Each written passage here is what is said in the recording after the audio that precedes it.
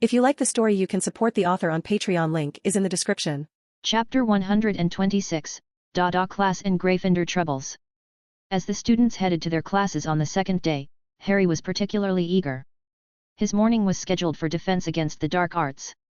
While he wasn't necessarily looking forward to the class itself, he was very interested in encountering Quirrell Mort. The other students were also buzzing with anticipation because Professor Quirrell, previously known for being a competent Muggle studies professor, was taking over Dada. After a couple of years with incompetent teachers, everyone was hopeful for better instruction. But the excitement had waned slightly due to unsettling rumors about Professor Quirrell's new mannerisms, including a stutter and an odd smell of garlic permeating his classroom. Despite this, the students were optimistic about his teaching capabilities. Upon finally entering the classroom, the first thing that struck everyone was the overwhelming smell of garlic. It filled the room, pungent and unmistakable. I heard the garlic is to protect him from a vampire he encountered in Romania during his travels. He's supposedly terrified it might follow him here, whispered one student, trying to justify the strange smell. Another student added, yeah, and did you know? Professor Quirrell was quite the adventurer last year. Rumor has it that an African prince gifted him that turban as thanks for dealing with a problematic zombie. Rumors and wild stories circulated, each trying to rationalize Professor Quirrell's eccentricities. Harry, knowing the truth about the dark presence lurking beneath Quirrell's turban, wondered how everyone would react if they ever discovered that Voldemort, the feared Dark Lord, was hidden behind that simple turban. It would certainly make for an unforgettable story. Yet, even Harry was puzzled by some aspects of Quirrell's behavior, like his new stutter and the overpowering smell of garlic that filled his classroom. Such peculiarities seemed counterproductive, drawing unnecessary attention instead of allowing a smooth infiltration of Hogwarts. Harry speculated if there might be another explanation. Perhaps Voldemort's presence at the back of Quirrell's head prevented him from performing simple hygiene tasks like bathing. Maybe Voldemort saw such personal care as demeaning, leading him to ban Quirrell from bathing. If that were the case, the strong smell of garlic could be a desperate attempt to mask an even worse odor. This thought led to the vampire rumor and Quirrell's feigned fear of them to justify the garlic, adding layers of deception. Imagining the truth behind these oddities amused Harry. He even thought about teasing Voldemort with these guesses one day. Ultimately, these were all speculations. The true reasons for Quirrell's behavior were known only to him and Voldemort. For Harry, though, these curiosities were less important. His focus was on preparing mentally to delve deep into Voldemort's memories, a task that demanded his full attention and calm. As the defense against the dark arts class began, Professor Quirrell greeted the students with a stuttered introduction. Hello, everyone. I am Professor Quirrell. Your day. His voice faltered as he spoke, causing some students to exchange skeptical glances. Despite the initial doubts raised by Quirrell's stammering, the content of his lecture was surprisingly solid. The concepts he taught were clear and well presented, which was unexpected for many in the classroom, including Harry. Harry was genuinely surprised by Quirrell's ability to deliver such structured and insightful lessons. It made him wonder if Voldemort, who was currently inhabiting Quirrell, had a hand in crafting the lectures. This thought led Harry to muse that perhaps Dumbledore should have allowed Voldemort to teach at Hogwarts all those years ago, given his apparent aptitude for it, despite the obvious risks. Realizing he was getting distracted by his thoughts, Harry decided it was time to concentrate on his main goal. He began a Legilimency probe directed at Quirrell. This time, he discovered a faint mental shield protecting Voldemort's mind. Fortunately, Harry had previously tampered with Voldemort's defenses during the sorting ceremony, which gave him an advantage.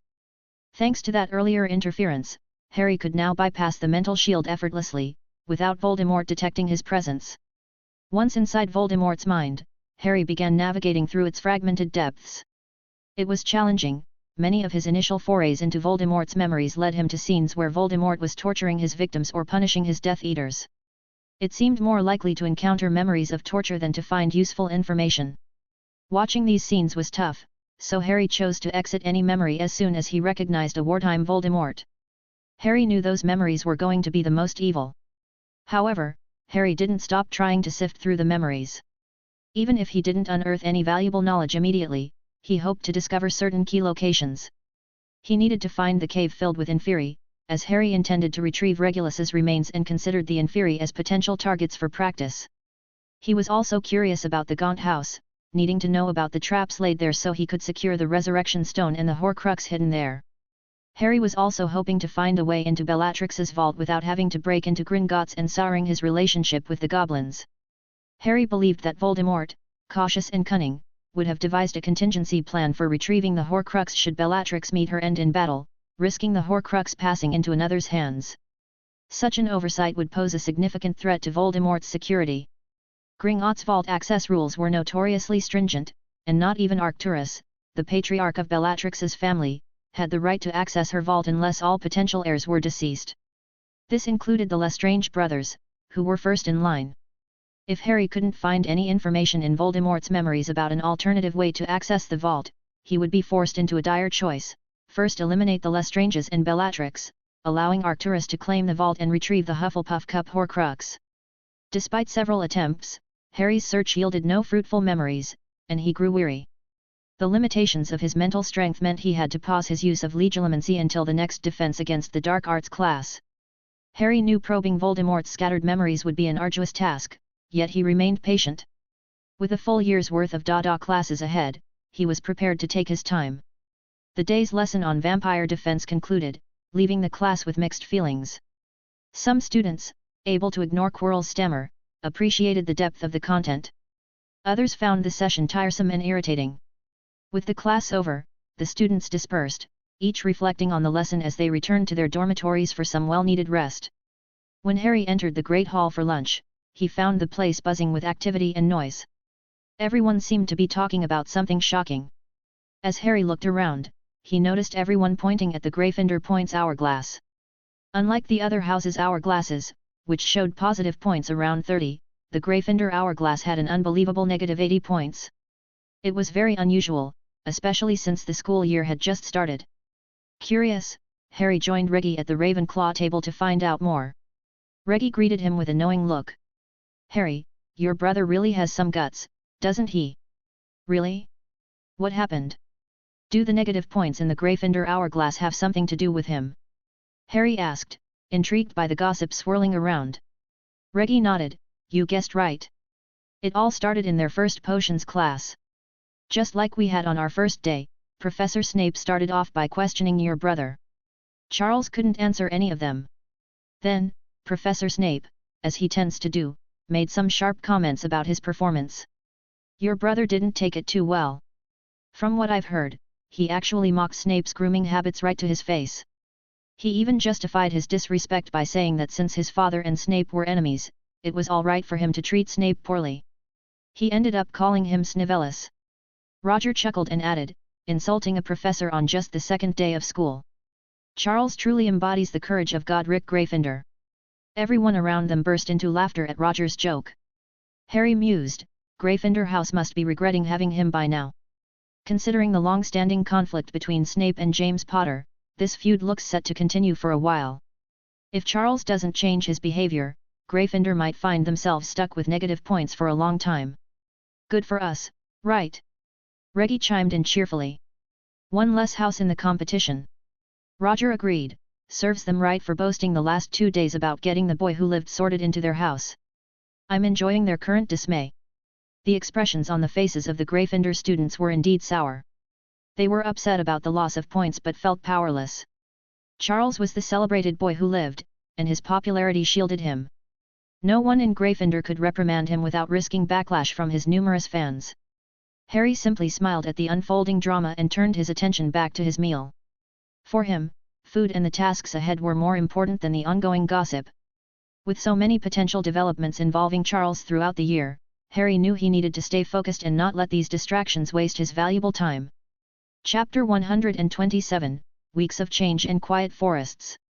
Days had passed since the defense against the Dark Arts class and the incident with Gryffindor losing points. During this time, many interesting things happened. After Charles's altercation with Snape in the potions class, he was called to a meeting with Professor McGonagall at the headmaster's office. Harry didn't know what happened in that meeting, but whatever Dumbledore did, it worked. Snape mostly left Charles alone and didn't pick on him as much. Charles also seemed to control himself better and didn't deliberately try to anger Snape. This was good news for the Gryffindor house and their points hourglass, which was in the process of recovering. Although Snape still watched Charles closely, looking for any reason to deduct points, Charles managed to keep his temper in check. He wasn't great at potions, so he had a hard time in the class, but he refrained from fighting back against Snape inside the classroom. To relieve his anger, Charles started pranking students from Snape's house with the help of the Weasley twins. This restarted the pranking spree in the school, with Slytherin House learning to retaliate with pranks of their own. Then came the Quidditch trials for all the houses. As expected by Harry, Charles showed impressive skills for his age. But there was a difference from the original story. Unlike the boy who lived in the canon, Charles's body shape and skills were more suited for being a chaser rather than a seeker. Maybe his father, James, who was a good chaser, influenced Charles, leading him to learn how to be a chaser instead of a seeker. This created a dilemma for the Gryffindor team. They already had 2 chasers, Angelina and Alicia, and the third spot was being contested by the second-year Katie Bell, who showed better coordination with the other 2 girls. The 3 of them formed a solid team, but Charles's talent couldn't be ignored, so he replaced Katie. Katie, who was decent as a seeker, took on that role. Harry was a little surprised by this change but was very happy with this development. What the Gryffindor Quidditch team lacked was a seeker, and with Charles being a chaser, it did not improve their team at all but rather reduced their overall strength. Without a strong seeker, Gryffindor's chances at the Quidditch Cup were diminished. Seeing Charles get selected for the Gryffindor Quidditch team, Draco Malfoy, his self-proclaimed rival, also tried to get into the Slytherin team. However, he wasn't successful. Draco tried to use his father's influence, but the whole house protested against his inclusion, and Draco had to back down. The Slytherin house's desire for the Quidditch Cup was greater than their fear of Lucius Malfoy. They couldn't risk the cup by including Draco. It looked like Draco Malfoy would have to buy Nimbus 2001 brooms for the whole team next year to secure a spot on the team. Meanwhile, Harry's journey through Voldemort or Tom Marvolo Riddle's memories continued during the Dada class. He gained many interesting insights into Tom's life, but the specific information he sought required more time and effort. Despite the lack of immediate results, Harry remained content. Regularly probing Voldemort's mind was an excellent way to train his mental strength and Legilimency skills. He also didn't have to worry about damaging Voldemort's mind with constant attacks. In fact, he hoped Voldemort would go mad or lose his memories as a result. In the Forbidden Forest, Quirrell had not yet acted to attack the unicorns. Harry was initially puzzled, but after some reading, he discovered the reason. Currently, there were no visible problems with Voldemort possessing Quirrell, and thus no need to consume unicorn blood. Quirrell's body was, for now, strong enough to support Voldemort. Over time, Quirrell's body would weaken, and only then would they need to resort to drinking unicorn blood to stay alive. So, Harry didn't need to worry about the unicorns just yet. The forest was safe for now.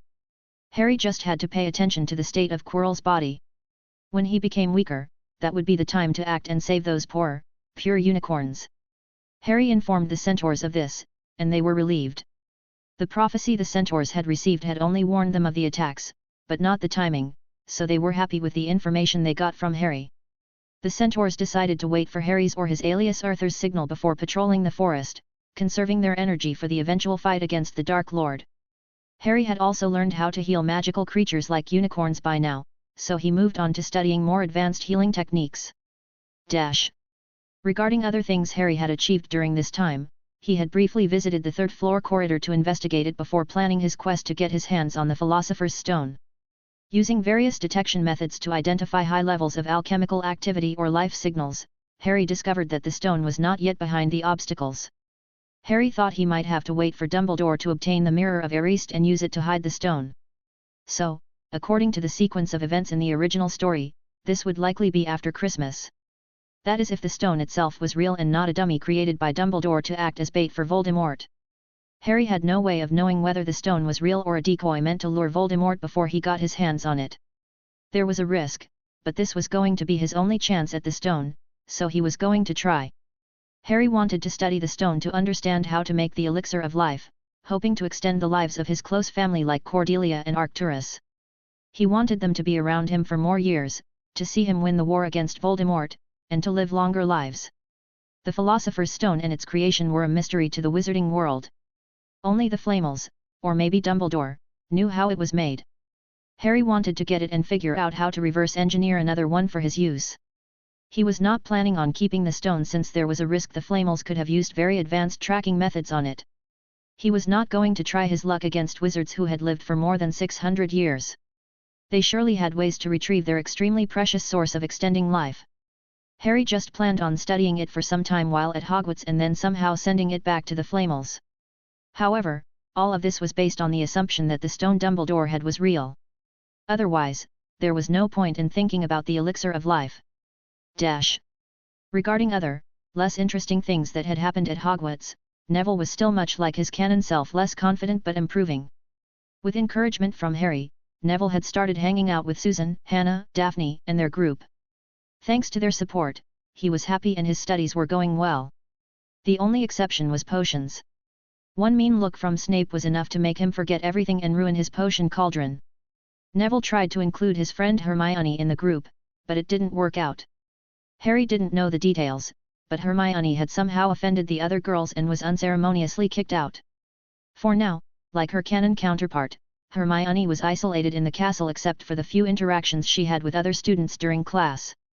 Hermione had not come to Harry for anything after their meeting on the train, so he was not inclined to help her adapt to the wizarding world. From what he had seen, even if he wanted to help her, her imposing character made it difficult for her to fit in. She needed to change herself a little to better survive in this world. While Harry didn't have time to seek out gossip in the school, the Hogwarts rumor mill and his friends ensured he stayed informed of all the juicy news. These small joys added a touch of normalcy to his intense life of magical study. Despite the complexities of his plans and the weight of his responsibilities, Harry found comfort in knowing he wasn't a loner and had friends to share the lighter moments with.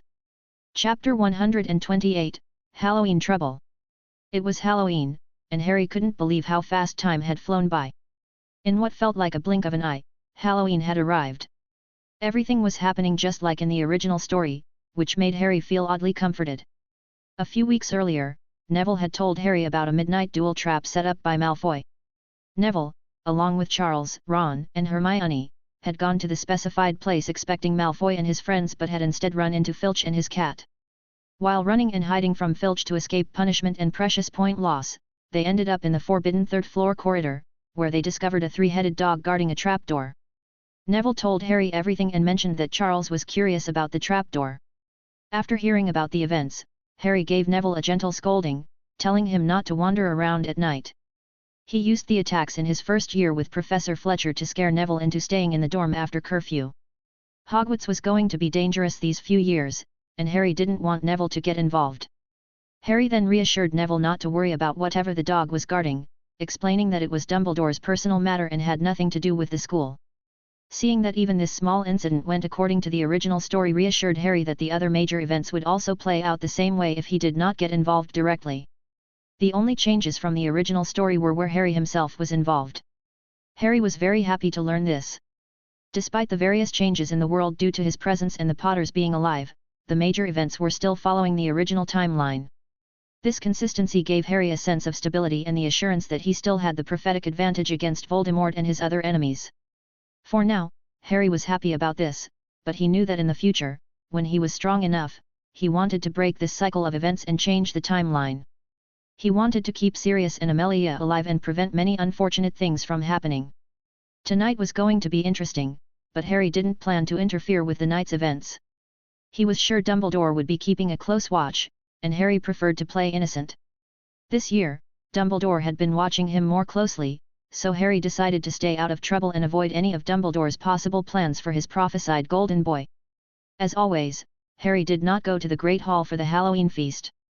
The students and his friends were used to this by now, and his absence didn't affect the festive mood of the feast. Inside the Great Hall, 1,000 live bats fluttered from the walls and ceiling, while 1,000 more swooped over the tables, making the candles in the pumpkins flicker. With the signal from the headmaster, the feast appeared suddenly on the golden plates, just like at the start of term banquet. Students eagerly dug into the feast, having a great time. Meanwhile, Harry was enjoying his own feast down in the Hogwarts kitchens. He had the Marauders map open in front of him to monitor the events of the night. It was like watching a good movie while having a meal, his idea of fun. Harry saw on the map Quirrell coming from outside the castle and then running to the Great Hall. He knew the drama was about to begin. He had checked, and Hermione was in the first-floor girls' bathroom. Everyone else was in the Great Hall. Everything was proceeding according to the canon. Back in the Great Hall, the doors suddenly burst open, and Professor Quirrell came sprinting in, his turban askew and terror on his face. Everyone stared as he reached Professor Dumbledore's chair, slumped against the table, and gasped, "Troll in the dungeons, thought you ought to know." He then sank to the floor in a dead faint, making sure to fall forward so he didn't injure Voldemort on the back of his head. This would have seemed odd if anyone had paid close attention. There was an uproar. It took several purple firecrackers exploding from the end of Professor Dumbledore's wand to bring silence. "Prefects," he rumbled, "lead your houses back to the dormitories immediately."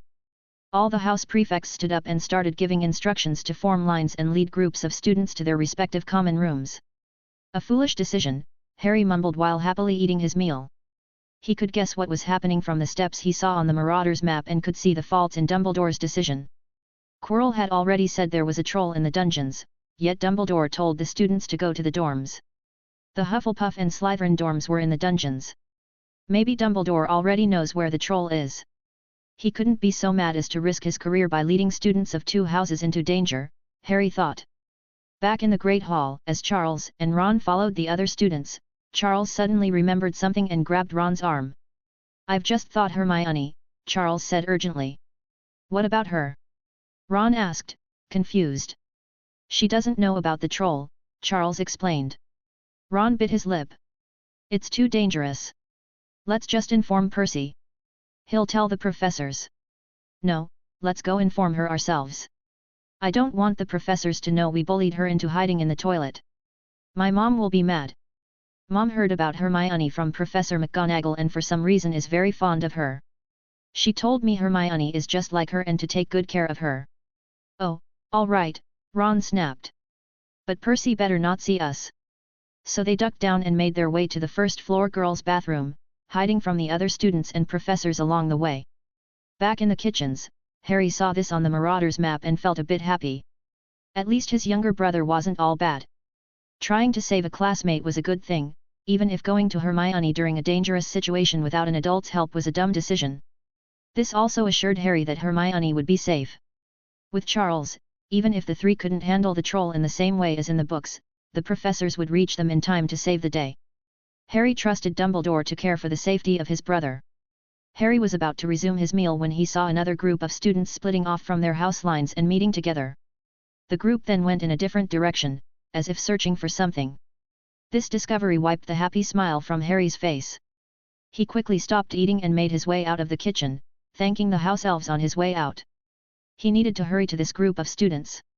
It looked like Harry might have to meddle in this troll situation after all. Chapter 129, Troll Attack Part 1. In the dimly lit corridor outside the Great Hall, a group of students were stealthily making their way to the Hogwarts moving staircases. The mood among them was tense. Reggie broke the silence with a worried tone, "Do we really need to find Harry to tell him about the troll? I don't think he'll appreciate us risking our lives for this. Plus, I have a bad feeling about what we're doing." Elvinia, trying to inject some lightness into the situation, replied, "Don't be too serious, brother. Nothing's going to happen. We find Harry and then head straight to our dorms for a good night's sleep. Besides, the last sighting of the troll was in the dungeons. Going to the Slytherin dorms would likely have been more dangerous." Arabella added, nodding in agreement, "Elvinia is right. It would have been safer if the professors had kept us in the Great Hall like they did during our first year. I can't understand why they changed the protocol this year. The professors must have their reasons," Cedric, always the good student, added. "Did you tell Professor Flitwick about Harry? What did he say?" Roger responded, "He mentioned that he knew where Harry was and assured us he was probably safe. He advised us not to worry about Harry and to head to our dorms. Apparently, Harry can handle himself." Angelina, unconvinced and a bit frustrated, retorted, "What a half-hearted response.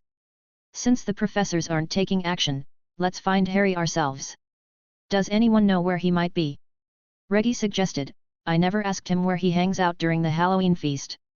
Let's try the Hogwarts library. That's where he spends most of his time. Plus, it's a safer place from the troll, more spots to hide and dodge." Alicia, trying to boost the group's morale, exclaimed, "Exactly, no need to be scared. Us versus a single troll. We can handle that. With no further discussion, the group hastened their steps toward the Hogwarts library. As they ascended to the first floor, a loud crash and screams pierced the air. Did you hear that? Cedric whispered, his eyes wide with concern.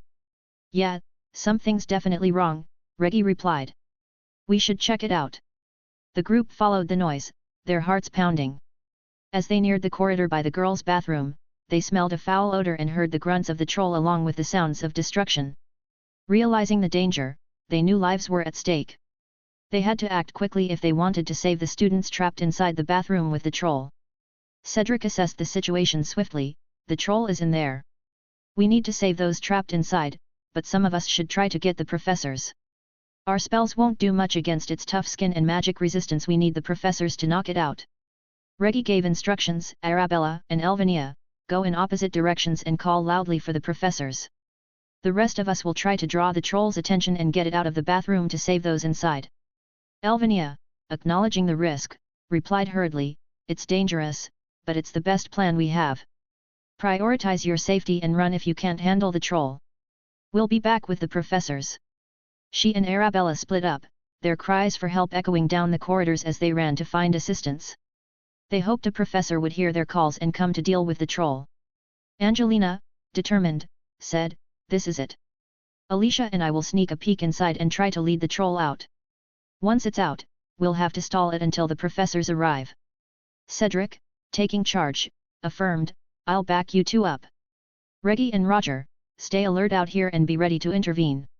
Everyone should attack at the same spot. Aim for the legs. That might penetrate its tough skin. Even if our spells are ineffective, they might slow it down. The trio approached the bathroom door cautiously and peered inside. The scene was chaotic, every stall was destroyed, pipes were burst, and broken sinks littered the floor. They arrived just in time to see Charles frantically using his wand to hurl the broken sinks at the troll, which roared in anger and swung its massive club. Ron was in the corner, frantically repeating the incantation of the levitation charm, hoping the spell would work. Hermione was nowhere to be seen. When the two first years saw other people entering the bathroom, they lost their focus. At that moment, with a devastating swing, both Charles and Ron were thrown into the rubble. Cedric, seeing Charles being sent flying, reacted instantly, grabbing a piece of broken pipe and hurling it at the troll. The beast, seeing new prey, charged towards them. The trio, seeing that the troll's attention had been attracted, fled outside, leading the enraged troll into the corridor. Outside the girls' bathroom, Roger and Reggie were positioned and waiting anxiously. When they saw Cedric, Angelina, and Alicia sprinting out with the troll in hot pursuit, the reality of the situation struck them. The sheer size of the troll left them momentarily frozen in awe.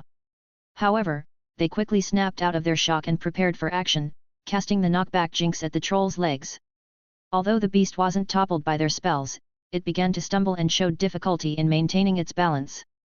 Back together in the corridor, the group of 5 friends regrouped and prepared to intensify their attack. Cedric, taking charge, directed everyone attack at the same spot. Aim for the left leg. With renewed focus, they bombarded the troll with every spell they could muster: Flipendo, Diffindo, and Petrificus Totalis. Their continuous onslaught gradually started to wear down the troll's rugged defenses. After several relentless rounds of spells, they managed to create a visible wound on the beast's leg. The troll, clearly pained and infuriated by the injury, began to swing its massive club more aggressively, advancing towards the group with renewed fury. The students knew all too well that if they stopped their barrage of spells, even for a moment, the troll would quickly close the distance between them. As fatigue set in, their spell casting became less precise, and the intensity of their attacks began to wane. They had never before had to sustain such a relentless pace of magical attacks. The adrenaline and the sheer fear for their lives were the only things keeping them from collapsing from exhaustion. In the heat of the battle, a few spells began to miss their intended mark. Seizing the opportunity, the troll suddenly leaped forward with unexpected speed, causing even more spells to miss. Now dangerously close, the troll raised its massive club, poised to strike a devastating blow. The group's hearts pounded fiercely as they prepared for the worst. Get ready to dodge! Cedric shouted, pulling Angelina back as the troll's club descended in a sweeping arc. But just as the club was about to crush them, a clear, confident voice pierced the tense air, Wingardium Leviosa. In an instant, the troll's club froze mid-swing, suspended mysteriously in the air. The sudden stop caused the troll to lose its balance, throwing it off guard and effectively disarming it. Confused and weaponless, the troll staggered, struggling to understand what had just happened. Chapter 130, Troll Attack Part 2. Just a few moments before the current crisis, Harry had noticed his friends veering off from their usual paths and heading in a different direction. Instantly, he knew exactly what they were planning to do. A mix of pride and frustration surged through him. Internally, he scolded them for their recklessness, yet he couldn't help but feel moved by their bravery and unity. It was clear to Harry that despite their distinct personalities, his friends were willing to put themselves at risk to help him out of a tough spot, even if it meant diving into potentially dangerous situations. This realization made him truly appreciate the genuine bonds he had formed at Hogwarts. Still, the thought of them engaging in what he considered typical Gryffindor heroics irked him. He didn't want them risking their lives unnecessarily. Now, realizing that they might actually encounter the troll, he knew he had to get to them quickly. Given his knack for finding trouble, or trouble finding him, Harry was almost certain they would end up face to face with the troll. Driven by a sense of urgency, Harry hurried through Hogwarts' echoing corridors. He kept his eyes on the Marauder's map, which showed his friends making their way toward the girls' bathroom. His heart sank as he watched the scene unfold on the parchment. Then, he noticed Arabella and Elvinia breaking away from the group, likely seeking help, a sensible decision. However, his brief moment of approval was cut short as he saw the others heading straight into the bathroom to confront the troll head-on. Harry picked up his pace, his robes flapping wildly behind him. The sound of his footsteps mixed with the distant noises of chaos, heightening the tension. As he sprinted, he strategized, running through potential spells and tactics in his mind. Although he was confident in his ability to handle the troll, his main concern now was ensuring his friend's safety without revealing the full extent of his magical capabilities. He planned to resolve the situation quickly using some of the simplest spells he knew. As he turned the final corner, Harry arrived just in the nick of time. He saw the troll poised to strike down his friends with its massive club. Without a moment's hesitation, Harry whipped out his wand and executed a perfect Wingardium Leviosa. The troll's club halted in midair, leaving it bewildered and suddenly disarmed by Harry's quick thinking. In the heat of the moment, with the troll dazed and confused, Harry quickly seized the opportunity to gain the upper hand. He cast Oxio Club, and the troll's massive club flew from its grasp towards Harry. The troll, caught off guard and suddenly defenseless, paused, its confusion giving Harry the perfect chance to act. With a firm voice, Harry yelled, "Stupefy!" He launched a powerful stunning spell directly at the troll. While the spell didn't completely knock out the creature, due to its inherent resistance to magic, it successfully grabbed the troll's attention, which was exactly what Harry intended. The troll, now focusing solely on Harry, turned with a growl. Upon seeing its club in Harry's possession, the creature was overcome with rage. It charged at Harry with full force. Anticipating this, Harry was prepared and quickly cast Aguamenti. A jet of water shot from Harry's wand, drenching the floor in front of the onrushing troll. Without missing a beat, Harry turned the water into ice with the Glacis spell. The troll's heavy foot came down on the slick surface, causing it to lose its footing. It slipped and began to slide uncontrollably toward Harry. Water sprayed from his wand, coating the floor in front of the troll, which he immediately froze. The troll's next step landed on the slick ice, causing it to slip and slide helplessly towards Harry. As the troll neared, sliding uncontrollably on the ice, Harry transfigured the troll's club into a smaller, more manageable size. Grabbing the newly sized club with precise timing, he then made a bold move. As the troll slid past him, Harry jumped onto its back and quickly climbed up to its head. With the club in hand, Harry stood atop the sliding troll. He raised the club high above his head and, with all his might, brought it crashing down onto the troll's skull. The force of the impact was tremendous, and the troll's massive form crumpled to the ground, rendered unconscious by the decisive blow. Panting from the exertion, Harry looked around at his friends, seeing their expressions of awe and profound relief as they stared back at him. Cedric was the first to regain his composure, stepping forward with a broad smile. "Harry, you arrived just in the nick of time. Any later, and we might not have been so lucky." Roger, still trying to shake off the effects of the encounter, commented, "That last swing of the club is going to haunt my dreams for a long time." Harry offered a weary smile in return. "I'm just relieved I got here when I did. I didn't expect you all would be brave or perhaps foolish enough to take on a troll. Reggie quickly clarified, we didn't intentionally seek out the troll. We were actually looking for you to warn you about it roaming the corridors. We just happened to hear screams from this direction and knew we had to act since lives were at stake. Harry responded, his tone a mix of gratitude and concern, I appreciate that you care, but please, don't do something like this again. It's far too dangerous, and as you saw, I can handle situations like these. Sorry, but Harry, that was absolutely incredible. Alicia couldn't help but exclaim, her eyes still wide with both fear and admiration. Angelina, her voice trembling slightly from the adrenaline, added, the way you handled that troll was amazing. Truly impressive. Harry responded modestly, shrugging off the praise. The troll is all brawn and no brain. I just took advantage of that. I'm just glad I got here in time to help. Reggie chimed in, half joking, you really saved our skins, mate. I thought I was going to end up as a troll snack. Harry smiled, acknowledging their efforts, you all did well too. I think today you saved some lives today. You were brilliant at holding off the troll, and from what I saw, you worked very effectively as a team. Now, let's check on the students inside the bathroom.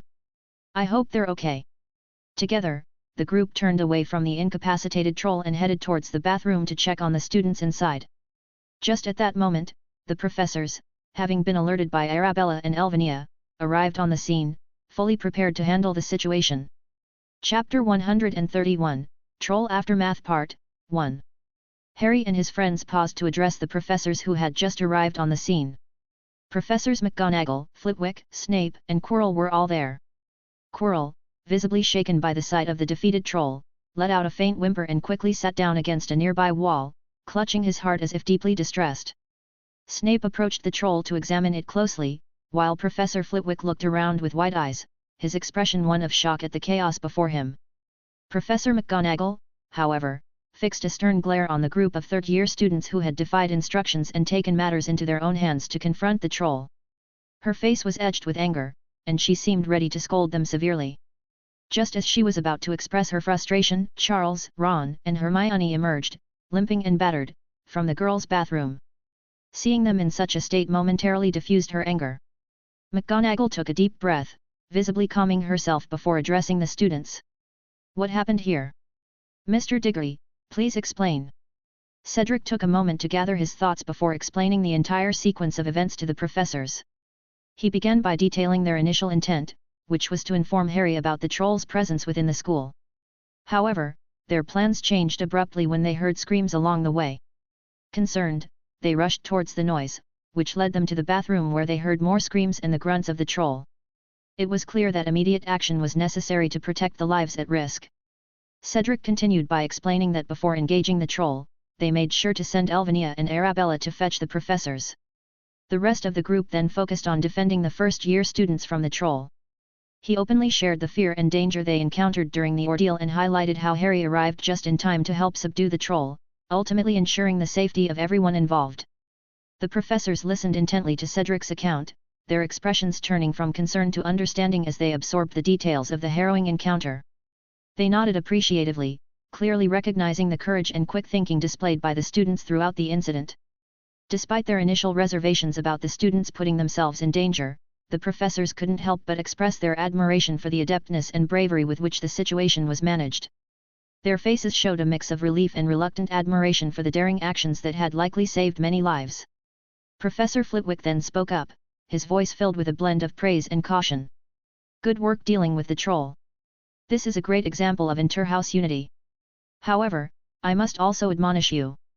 I knew from Mr. Potter's demonstrated prowess in my classes that he could handle himself. That is why I assured you he could manage on his own. We also knew he would be in a safe place during the feast, so we were not overly worried. But nonetheless, great work, everyone. Especially you, Mr. Potter.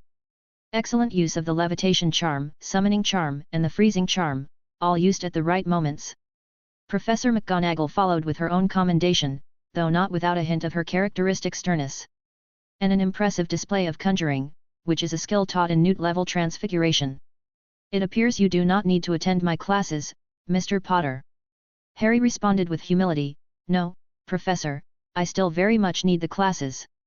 They help me solidify my basics and perfect my spells, ensuring I can perform them effortlessly." The professors nodded and then conferred quietly among themselves for a moment. After a brief discussion, Snape spoke up.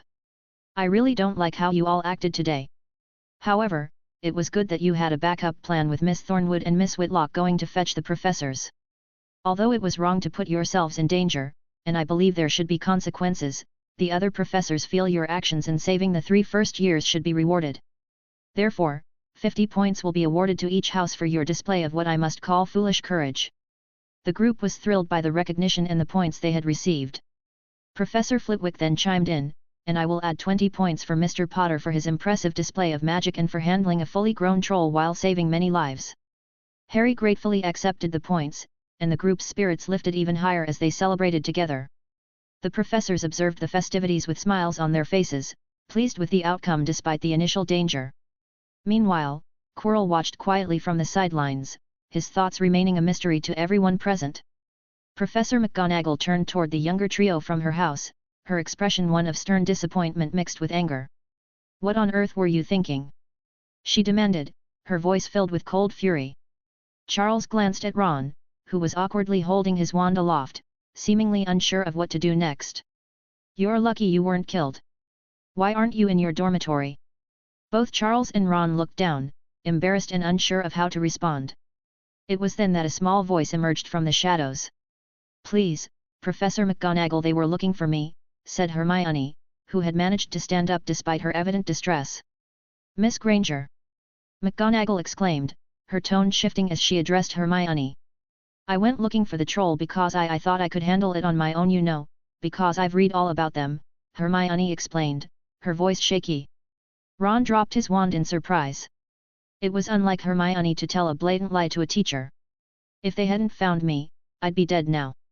Charles distracted the troll with spells, and Ron helped in the surroundings too. "They didn't have time to fetch anyone. It was about to attack me when they arrived." Charles, trying to defend their actions, mumbled, "We would have handled the troll ourselves if the intruders hadn't come and startled us." This comment enraged the other group. Angelina snapped, "Is this the thanks we get for saving your butts?" Charles retorted defensively, "We didn't ask to be saved. I had everything under control." Ron was about to take control of the Trolls Club, and we would have defeated it. Roger challenged them, "A troll that 5 senior students struggled with, you 2 kids thought you could handle alone." Charles, filled with indignation, responded, "I am different from you. I am the boy who lived and have been training from a young age. I have more experience in handling dark creatures."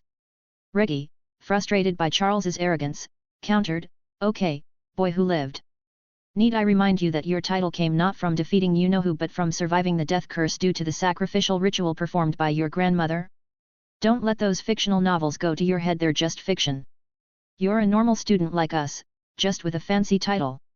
Reggie then turned toward Harry, looking slightly embarrassed about his outburst, but Harry just waved it off, indicating there was no need for an apology. Deep down, Harry found himself agreeing with Reggie's points, though he also recognized that Charles's claim about handling the troll could have been accurate. In the canon, events unfolded just as Charles described. However, Harry felt that Charles's response was inappropriate given the circumstances.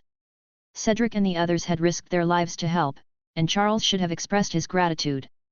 There was a genuine risk involved, particularly with Ron's part in the encounter, which could have easily gone wrong. Chapter 132, Troll Aftermath Part 2. Before Charles could respond to Reggie's criticism, Professor McGonagall intervened sharply. "Miss Granger, 5 points will be deducted from Gryffindor for this," Professor McGonagall declared sternly. "I'm very disappointed in you. If you're not injured, you should head back to Gryffindor Tower immediately. The feast is still going on, and students are gathering in their houses." Hermione, looking visibly upset by the reprimand, quietly left the scene to head back to her house. Professor McGonagall then turned her attention to Charles and Ron. "Both of you need to go to the hospital wing now. You require medical attention," she instructed. "The decision to confront the troll alone was reckless and warrants punishment, but your intention to save a friend mitigates the situation somewhat. Therefore, no points will be awarded for this incident. Professor Dumbledore will be informed of everything that has transpired. Now, off you go." After addressing Charles and Ron, Professor McGonagall looked over the group of students gathered around. Her voice was both stern and filled with a hint of pride as she spoke.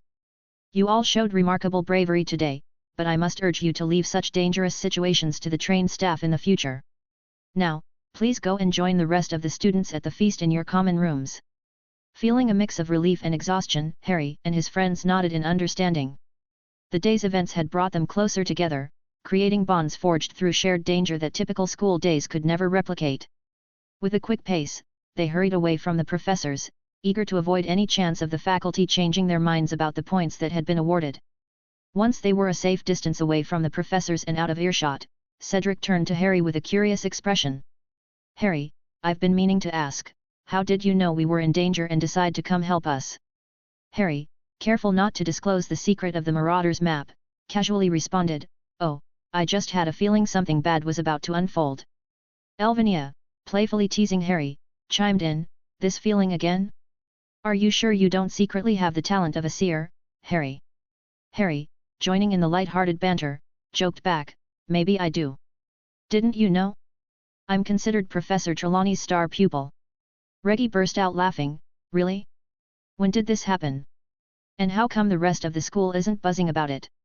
Harry played along, it happened during divination class. Really, doesn't everyone know the story? Angelina, Alicia, you were there. Why haven't you told anyone? Alicia laughed softly, was there really something to tell? Wasn't it just the two of you predicting doom and gloom for each other? We all thought it was just Professor Trelawney taking a special liking to you, Harry, like she does with any student who shows a bit of interest. We didn't think it was anything out of the ordinary. Harry, with a mischievous grin, teased them, so, no one knows how I became her favorite? Well, that's your loss. Roger, now caught up in the intrigue, urged him, this sounds interesting. Tell us what happened. Harry began explaining how it all started in the divination class. On the first day, Professor Trelawney was reading tea leaves to predict our futures. She went from one student's cup to another, making predictions. When she came to my cup, her expression changed dramatically. She looked really scared and told me that I had a dark omen. Elvinia, curious about the prediction, asked, Dark omen? Did she predict your death like she does every year for a student? Harry nodded, confirming her suspicion. Oh yes, she said a double-faced monster would kill me this year. Harry found the prediction surprising since the double-faced monster could be referring to Quirrell Mort, but he wasn't particularly worried. Most of the predictions about Harry in the books were similar and quite dramatic, yet he had always managed to survive. Besides, he didn't see Quirrell Mort as a serious threat to his life. Cedric couldn't help but laugh at the absurdity of the prediction. That's too funny.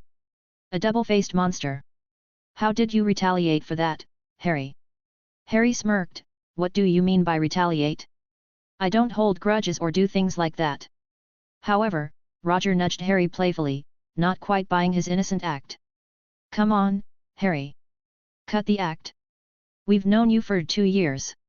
We know you'd have a comeback. Harry admitted with a grin, all right, you caught me. During the next class, when she asked us to predict her future, I took the chance to turn the tables. I mimicked her and declared I saw a bad omen about her. When she pressed for details, I told her she'd be hit by a stray arrow and lose something dear to her. Reggie burst into laughter. A stray arrow? In this day and age, where would she even come across a stray arrow? You should have come up with something more believable, Harry. Harry explained his thought process. Aren't you forgetting something? The centaurs in the Forbidden Forest use bows and arrows. Harry's prediction was actually a twist on the idea that the centaurs might take over her job in the future, but Trelawney took his words literally and thought it meant the centaurs were out to kill her. Arabella gasped, intrigued by the story. Oh! What happened next? Harry continued, she got all worked up and exclaimed, I knew it. I knew those horse creatures were after me. Now a second person has seen the same thing. She was so convinced that she rushed off to complain to Professor Dumbledore about the centaurs. Arabella, eager to hear more, urged him, don't keep us waiting. What happened after that? Harry chuckled, well, Professor Dumbledore didn't really do anything about her complaint, but it affected her behavior. She stopped going near the Hogwarts grounds, afraid an arrow might actually hit her. In class, though, she started treating me like her star student and had me make more predictions. Cedric, amused, asked, so what else did you predict? Harry replied, I started making up riddles about things that will happen in the future. She loved them. But eventually, I got bored and began skipping her classes. Surprisingly, she didn't mind at all. She told me that seeing the future too often was a burden and that I needed to rest. She let me off without any fuss whenever I missed a class. Roger laughed appreciatively. Good for you, Harry. I should have taken divination too. It sounds like you turned it into quite the entertaining class. Elvinia, reflecting on the conversation, nodded thoughtfully. You might really have some special abilities, Harry. You should trust your instincts more. They can save lives, as they did today. Cedric added his thanks. Yes, Harry. Thanks again for today. You really saved us. Harry modestly waved off their praise, and then the group dispersed, heading towards their respective dormitories, eager to relax after the day's harrowing events and enjoy a well-deserved night's rest. Chapter 133, Repercussions and Waning Fame. By the following morning, news of the troll incident had spread throughout the entire school. The tale of the night's events spread rapidly, fueled by the accounts shared by Harry's friends in their respective common rooms. They had not been instructed to keep the encounter confidential and felt no need to hold back the details. By the time breakfast rolled around, every student at Hogwarts was abuzz with the story. In the Great Hall, the atmosphere was charged with excitement and a hint of fear as students eagerly discussed the incident. The hall buzzed with loud, continuous chatter as groups of students exchanged their versions of what happened, each retelling embellished with a bit more drama than the last. Did you hear? Charles and Ron faced the troll and are now in the hospital wing.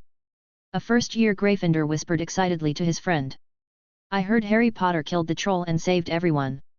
A third-year Hufflepuff responded, her voice filled with admiration and awe.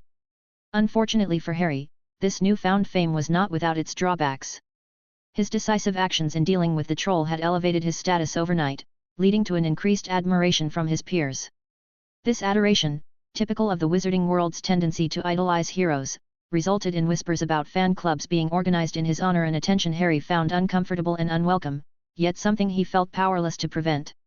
At the high table, the professors sat with serious looks on their faces, occasionally glancing at Dumbledore, who was unusually quiet. The atmosphere in the room was tense, and it intensified when a flood of owls suddenly swooped into the hall, dropping a heap of letters and howlers. The letters, many from concerned parents, landed in front of their respective children. These parents were eager to know if their children were safe after the night's events. Now, the students had the task of writing back to reassure their families that they were indeed safe and unharmed. However, the bulk of the correspondence, including several loud howlers, was aimed at Dumbledore. The voices of angry parents echoed through the hall, criticizing him for not ensuring the safety of their children. How could you let this happen, headmaster? One voice boomed out. We were promised Hogwarts was the safest place in Britain, another parent's voice shouted. We need an explanation, demanded yet another. The cacophony was overwhelming. In response, Dumbledore calmly raised his wand, and with a swift flick, he made all the letters and howlers disappear, instantly quieting the noisy hall. Without saying a word, he then stood up and quietly left the great hall. His departure left a room full of students and teachers silently exchanging worried glances, wondering about the implications of the recent events. Harry, sitting at the Ravenclaw table, unfolded the day's edition of the Daily Prophet. The front page headline was sensational: Troll attack at Hogwarts. The boy who lived injured. The article provided a detailed account of the previous night's events, emphasizing the injuries sustained by Charles and floating various conspiracy theories that dark wizards might be targeting the boy who lived. Harry was relieved that his own actions hadn't been highlighted prominently in the report. The last thing he wanted was an influx of fan mail to deal with. Following breakfast, the atmosphere within the castle was electric with discussions about the newspaper article and the flood of letters from concerned parents. Later in the afternoon, officials from the Ministry of Magic arrived to conduct an inquiry. They questioned Dumbledore and the Hogwarts staff with a series of probing and uncomfortable questions about the security breach. They wanted to know how a troll could have entered the school grounds, given there were no known troll colonies nearby, how it managed to bypass the strong magical wards around Hogwarts, and how it roamed the castle without being detected sooner. The biggest question was why Dumbledore had permitted students to leave the Great Hall for their dormitories knowing there was a troll loose in the castle. The ministry officials were particularly worried about the implications of Charles, the boy who lived, getting injured during the incident. The Daily Prophet had wasted no time spinning various conspiracy theories about dark wizards plotting to harm him. Harry learned through the grapevine that James and Lily Potter, along with Ron's parents, had visited the hospital wing early that morning. A series of heated discussions had reportedly taken place, with Dumbledore facing criticism over his management of the situation. James and Lily were extremely upset about Charles getting hurt. After Harry had chosen to sever ties with them, they had poured more attention and affection into Charles. This incident left them deeply shaken, and they even considered moving Charles to another school for his safety. Dumbledore had to work hard to persuade them otherwise. Dumbledore received a flood of letters and howlers every morning for the following few days, criticizing his actions and accusing him of endangering the students. The situation escalated to the point where the Ministry of Magic considered sending a team of Aurors to conduct a thorough investigation. However, Dumbledore acted swiftly to avoid Ministry intervention. He compiled a detailed investigation report and sent it to the Ministry, which was then published in the Daily Prophet. The report squarely blamed Professor Quirrell, revealing that the troll had been Quirrell's pet, which he had brought back from his travels the previous year and secretly kept in the Forbidden Forest. According to the report, Quirrell had used his privileges as a professor to sneak the troll past Hogwarts' magical protections, intending it to protect him from vampire attacks. On Halloween, the troll had escaped, and Quirrell, unable to control it, had run to Dumbledore for help. Harry wasn't shocked to learn that Quirrell was found so quickly. Even in the canon, Dumbledore should have realized from the beginning that Quirrell was behind the troll incident. It was quite obvious because Quirrell had used trolls as obstacles in the third-floor corridor trap, where each professor was responsible for setting up their own challenge. Given that the troll was part of Quirrell's setup, other professors might have been able to connect the dots as well. It makes one wonder why Quirrell wasn't caught or punished earlier in the canon. Quirrell accepted full responsibility for the incident, and the punishment decided by Dumbledore was that Quirrell would not continue at Hogwarts after this year and that his salary would be withheld. Dumbledore's reason for not dismissing Quirrell immediately and pursuing legal action was that no one had been seriously injured, which weakened any potential case against him. Moreover, finding a replacement defense against the dark arts professor mid-year would have been difficult. Dumbledore assured the Ministry that Professor Snape would closely monitor Quirrell to prevent any further trouble. Surprisingly, these assurances seemed sufficient for the wizarding community. The barrage of angry letters and howlers directed at Dumbledore soon stopped, turning instead towards Quirrell. Within a week, the commotion had largely died down, with no arrests made or further actions taken. This outcome might have been a testament to Dumbledore's influential standing in the wizarding world or just another example of the peculiar nature of the wizarding community. Harry speculated about the nature of the meeting between Dumbledore and Quirrell that led to Quirrell agreeing to accept blame and punishment. It seemed odd yet convenient. Quirrell could remain at Hogwarts to continue his search for the Philosopher's Stone, while Dumbledore could keep an eye on Quirrell, potentially leading him to confront Charles. With the troll incident resolved, Hogwarts returned to its normal rhythm. Classes resumed their usual schedule, and Quidditch practices picked up pace. The aftermath of the troll incident had an unexpected effect on Charles's standing among his peers. Previously, he had been seen as a celebrity within Hogwarts due to his supposed abilities and the grand tales told about him in books. However, perceptions began to shift significantly after the incident. Many students started to realize that the stories they had read might have been greatly exaggerated, particularly as Charles, who was rumored to be capable of handling a dragon, struggled significantly with the troll and ended up in the hospital. Gradually, Charles's popularity and special status started to diminish. Students began to notice that beyond a few spells, his skills were quite ordinary. In subjects like herbology and potions, his performance was average or even below average. It became clear that his earlier prowess in magic was likely due to practice at home, something not uncommon among children from influential wizarding families. As it turned out, Charles was not the prodigy many had believed him to be. With no real advantage seen in being close to him, his yearmates started to pull away from his somewhat arrogant demeanor. Charles was forced to adjust to being just another student at Hogwarts. He found himself having to complete his schoolwork without the help of eager seniors, a challenge that proved tough for both him and Ron. Despite these challenges, the troll incident did lead to a positive turn in Charles's relationships. Hermione, whom Charles and Ron had saved from the troll, decided to forgive them and give them another chance at friendship. Grateful for their help and eager to break away from her own isolation, Hermione quickly became close with the two boys. With Hermione's help in their studies, the Golden Trio was formed, bonding them closely.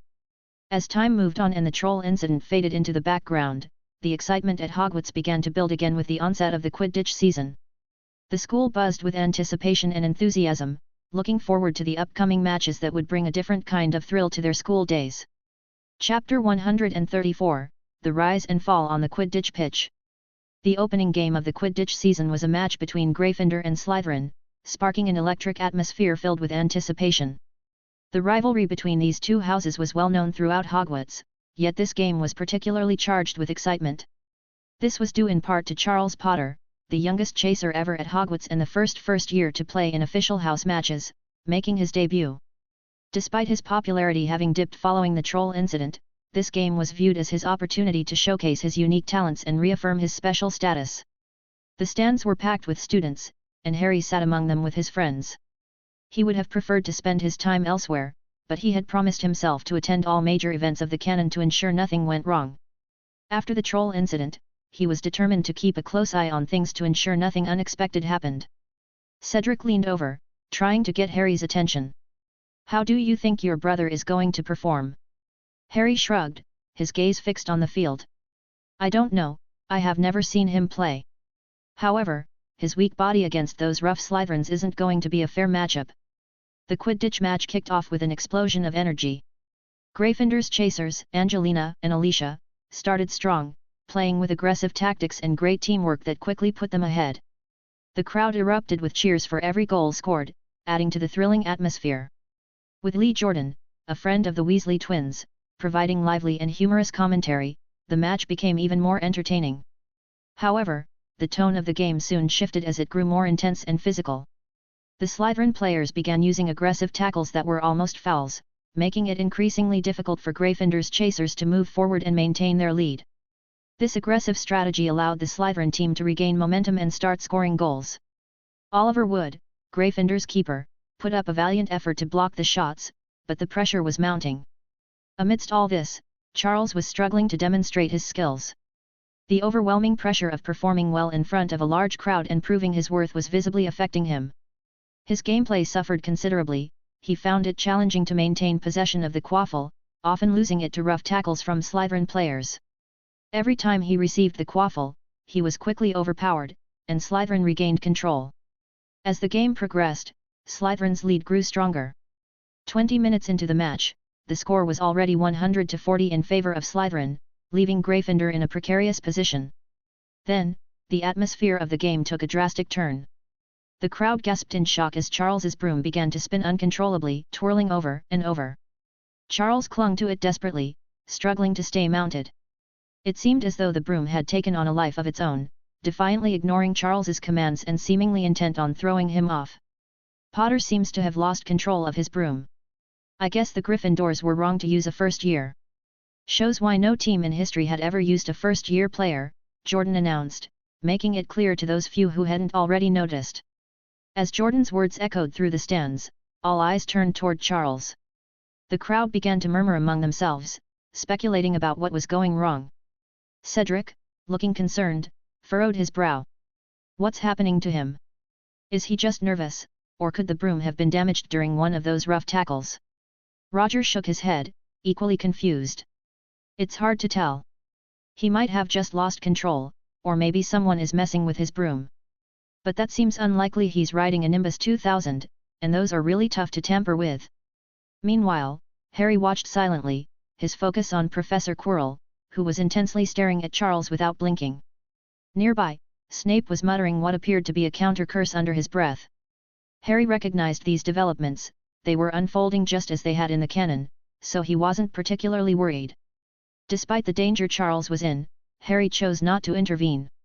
He was confident that Dumbledore was keeping a close watch and would step in if Charles's safety was truly at risk.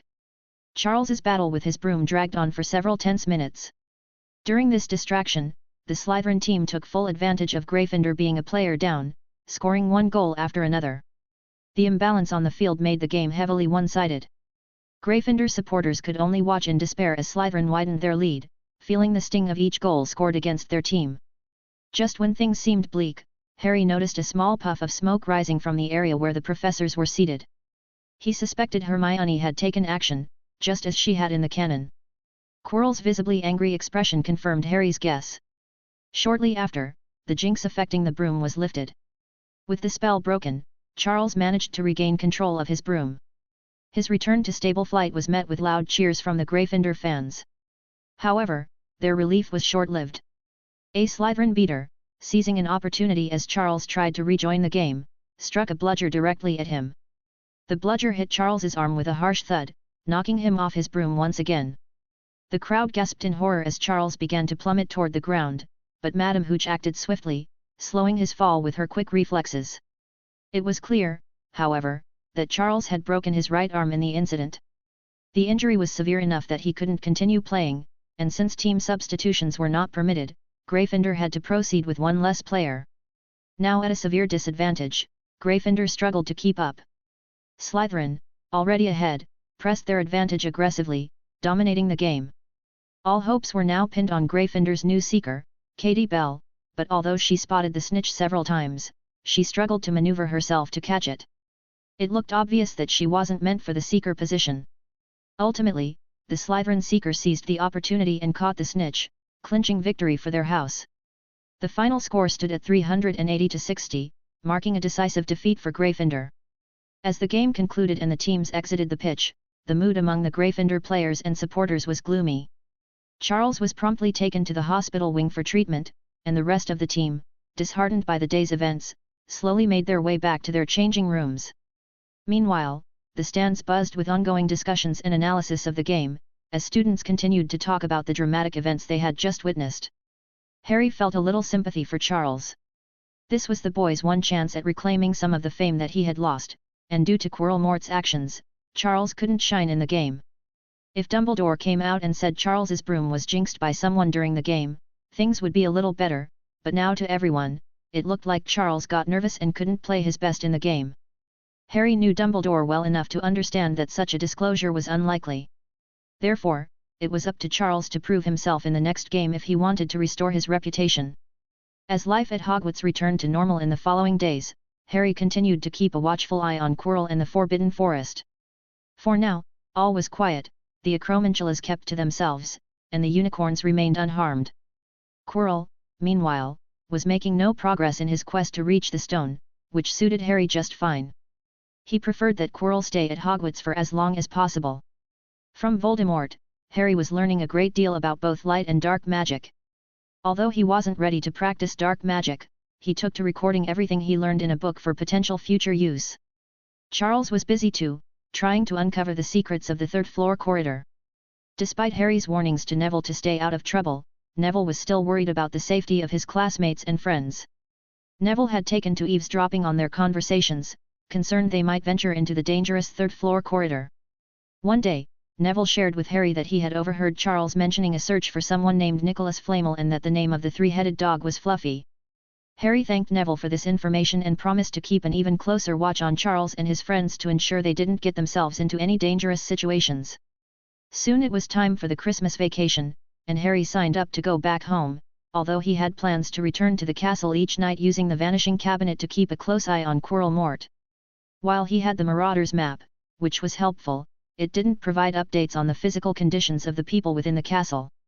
Harry knew he needed to be vigilant about any changes in Quirrell's condition. He had to inform the Centaurs immediately if anything seemed wrong, especially if he was away from Hogwarts. The Centaurs were relying on Harry's signal to start their patrols. If Quirrell-Mort caught them off guard and caused significant harm, it could severely damage Harry's relationship with the Centaurs. The Weasley children were staying at Hogwarts over the holidays just like in the canon, as their parents were traveling. Charles, however, felt a strong need to leave. He wanted to stay with his best friend Ron, but the recent events and the way people now perceived him at Hogwarts made him uncomfortable. He no longer enjoyed the way he was being treated and felt the need for the comfort his parents could provide. Going home also meant attending the annual ministry balls that the Potter family frequented, which Charles dreaded now. He planned to convince his parents to skip the events this year, citing his discomfort with reporters and the attention he might receive due to his waning popularity. When the time finally came to leave, Harry, along with most of the students, departed Hogwarts for their homes, leaving behind those who had chosen to stay for various reasons.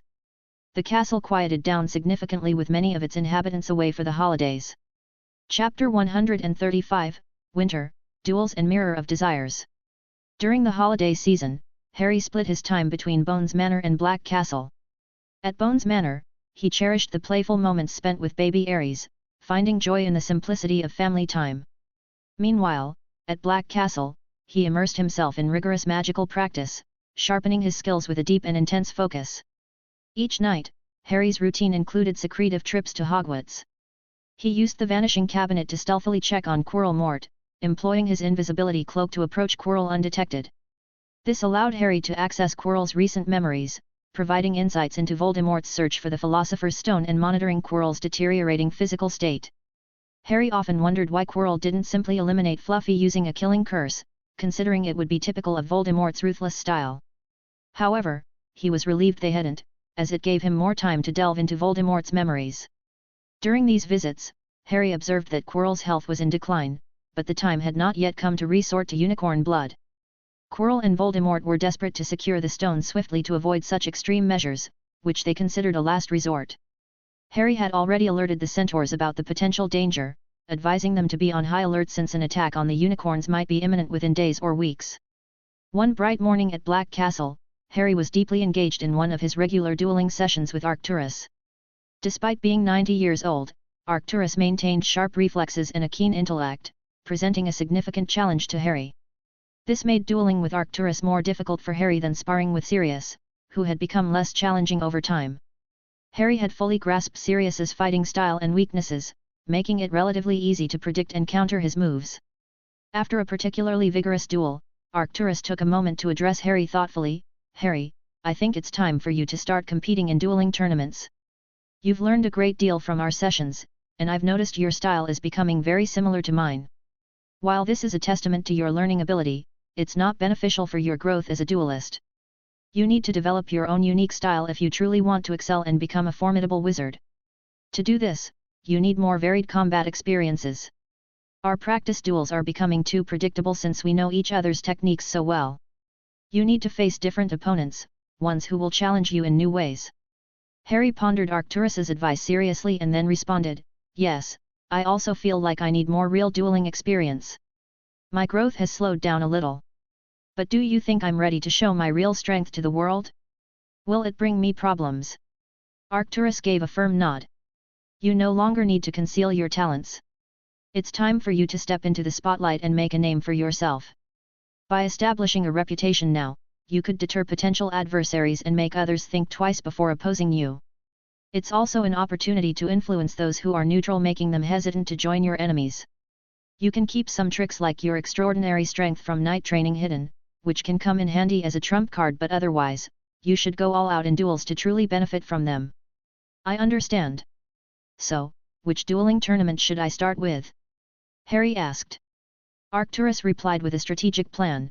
"You should start with the European Under-17 dueling tournament. Winning there will provide you with the recognition necessary to enter adult-level tournaments. Begin with the Under-17 tournament this coming summer, and then next year, you can progress to the All-English dueling tournament. From there, the World Championships should be your next target. I'll take care of all the necessary formalities for you." "That sounds like a solid plan to me," Harry agreed. Harry was thrilled about the prospect of finally participating in a dueling tournament where he could openly display his true abilities. He was growing weary of concealing his strength, a tactic that was beginning to hinder his progress and could potentially harm his long-term development. Keeping his powers hidden was proving to be more detrimental than beneficial. With the wizarding community now aware that Arcturus was his mentor, Harry was expected to demonstrate significant strength and skill. Failing to meet these expectations could negatively impact his reputation. Moreover, Harry felt that he had reached a plateau in his abilities and needed more intense challenges to advance his skills. He believed that engaging in more battles, particularly those that could be life-threatening, would be crucial for his development. This need for greater challenges was also evident in his night training. The daily routines were no longer yielding any noticeable improvements, and his practice sessions were now mainly aimed at maintaining his current level and preventing any decline in his skills.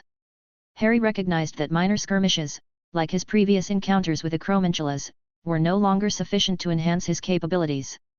He was now faced with a choice: either he must confront the entire colony of Acromantulas or discover another method to significantly push his limits and grow as a knight.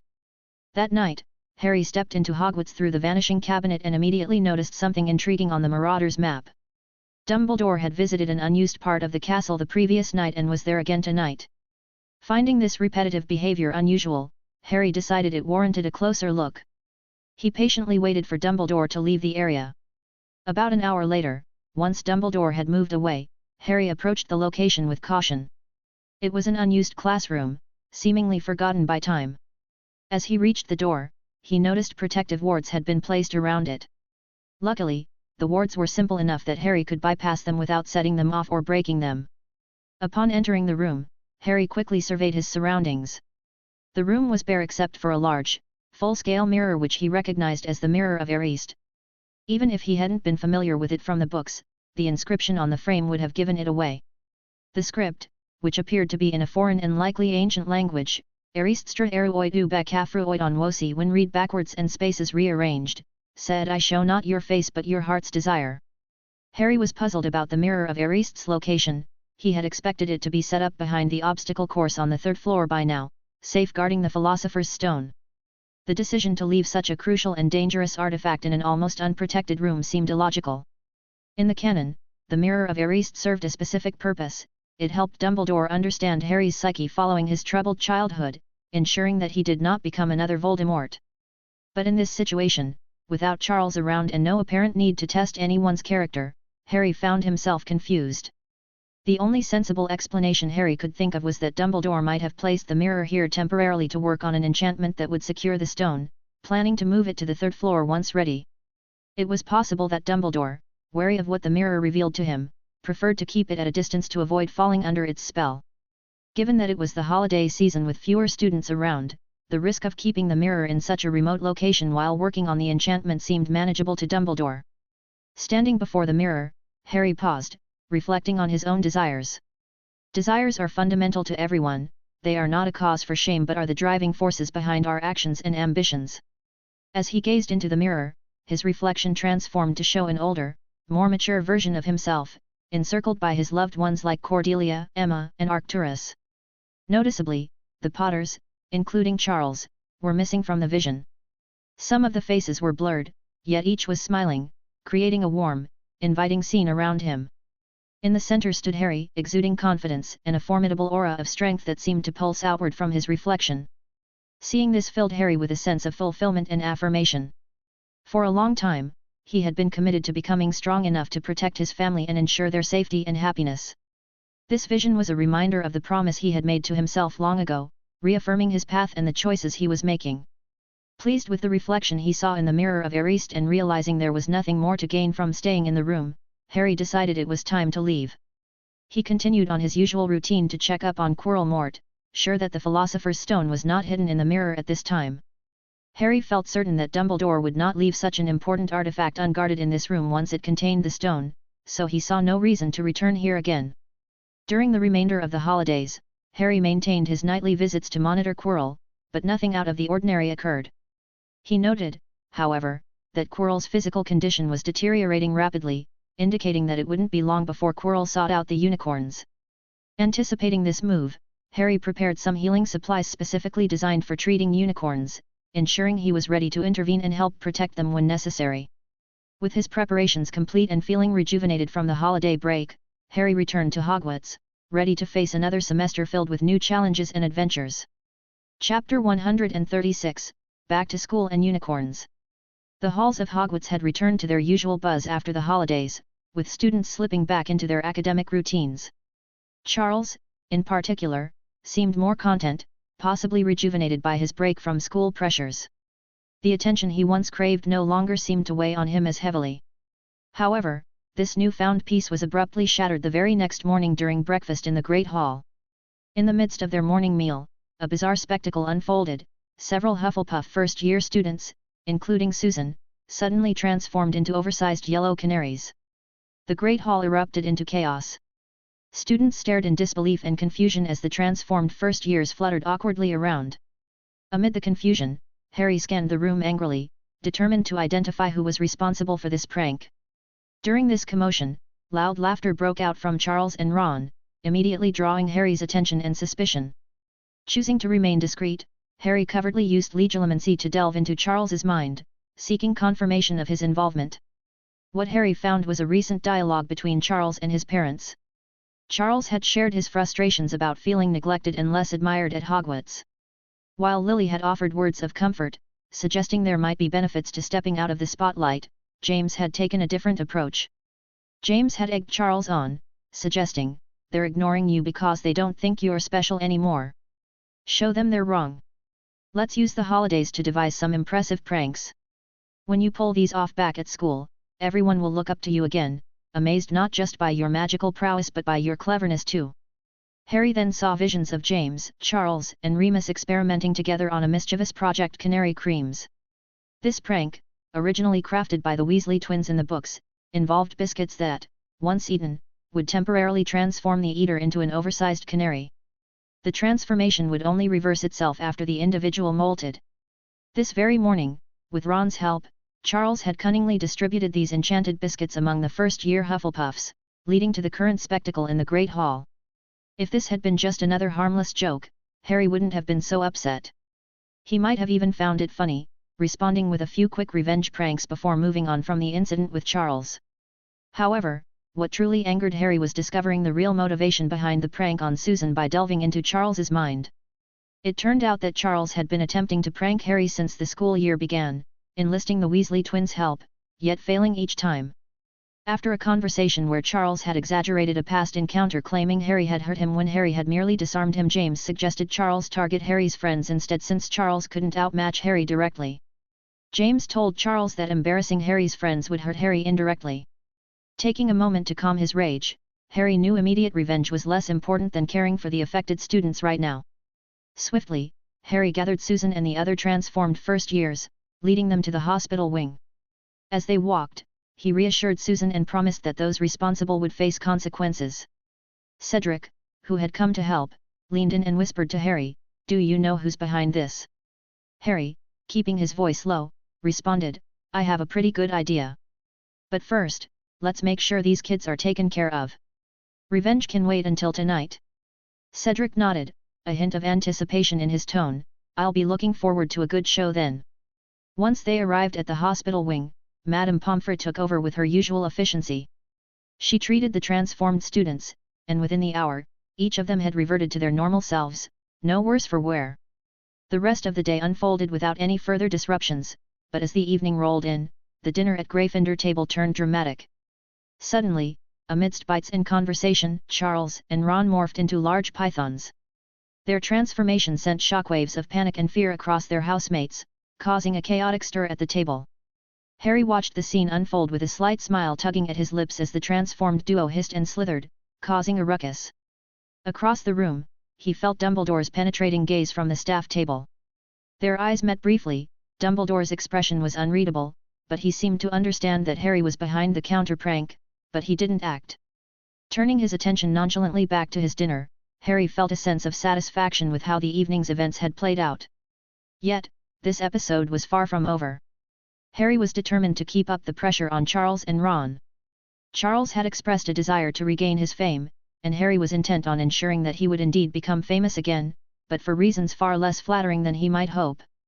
As Harry pondered his next moves for the prank series, his thoughts drifted to an intriguing discovery he'd made while delving into Charles's memories. During the holidays, Charles had received an invisibility cloak as a Christmas gift, which he cherished deeply. James had declared it to be the ancestral Potter cloak, but Harry knew better. The real cloak was in his possession. It appeared that Dumbledore had opted not to disclose to James the loss of the true Potter cloak, instead giving him a substitute and claiming it was the genuine article. Harry puzzled over why Dumbledore would risk such deceit, especially given the complications it might cause once the cloak began to show signs of wear and no longer functioned as a real invisibility cloak. For now, Harry decided not to dwell on Dumbledore's motivations. What mattered was that Charles might use his new cloak to tail Harry during his adventures. Resolving to be more vigilant, Harry made a mental note to regularly check the Marauder's map before embarking on his nightly adventures, ensuring no unseen followers could cause disruptions.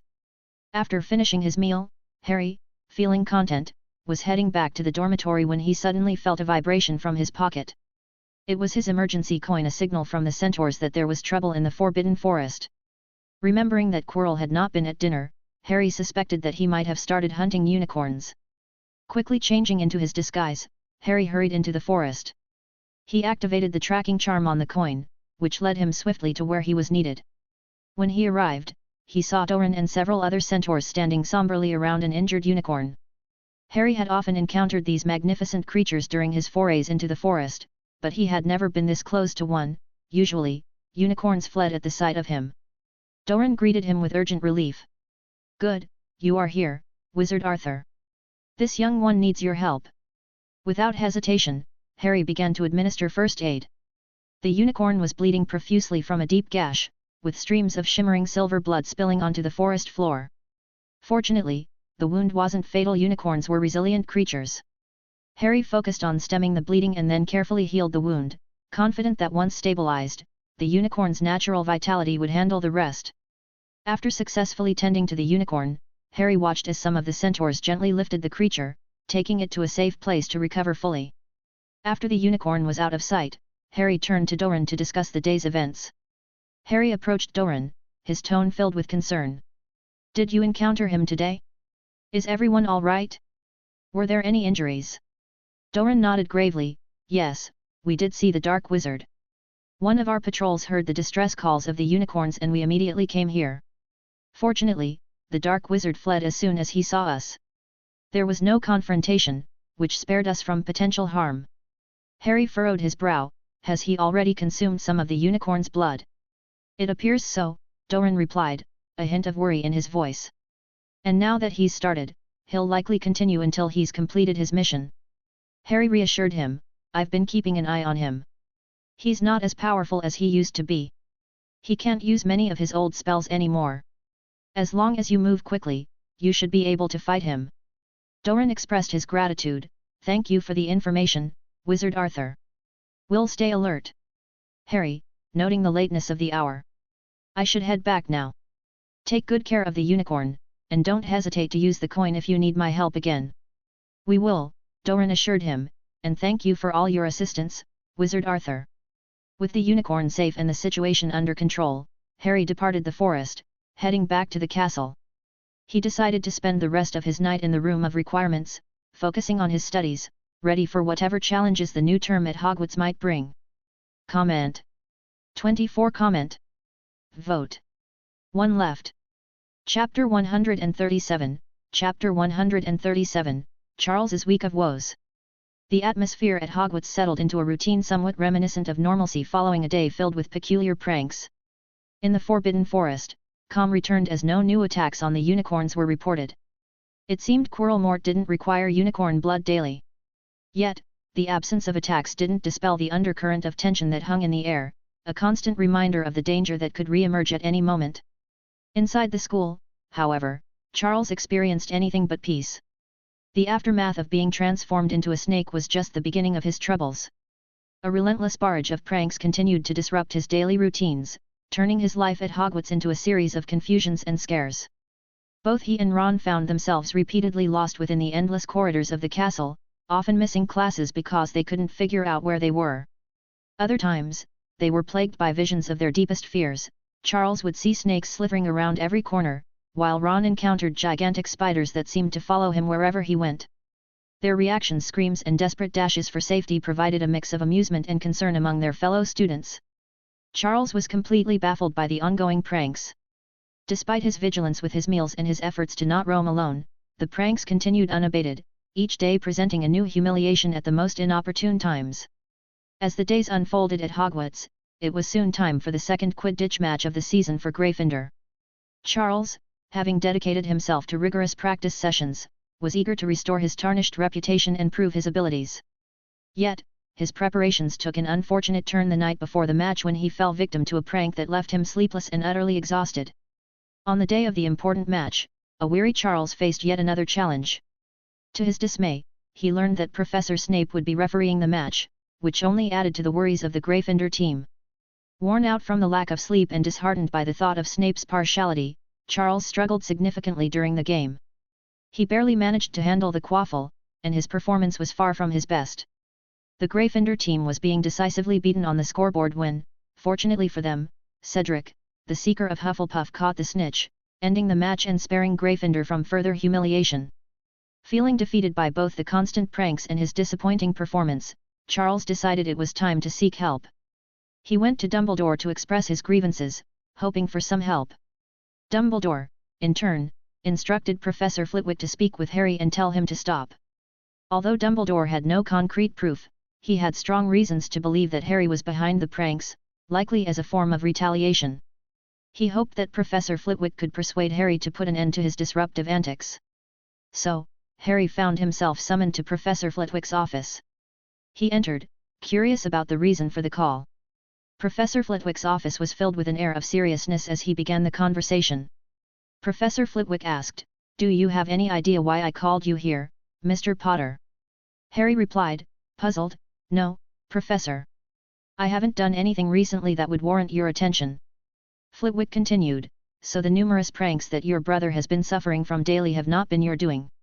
Harry, knowing the reason for the meeting, knew it was time to put on an innocent act.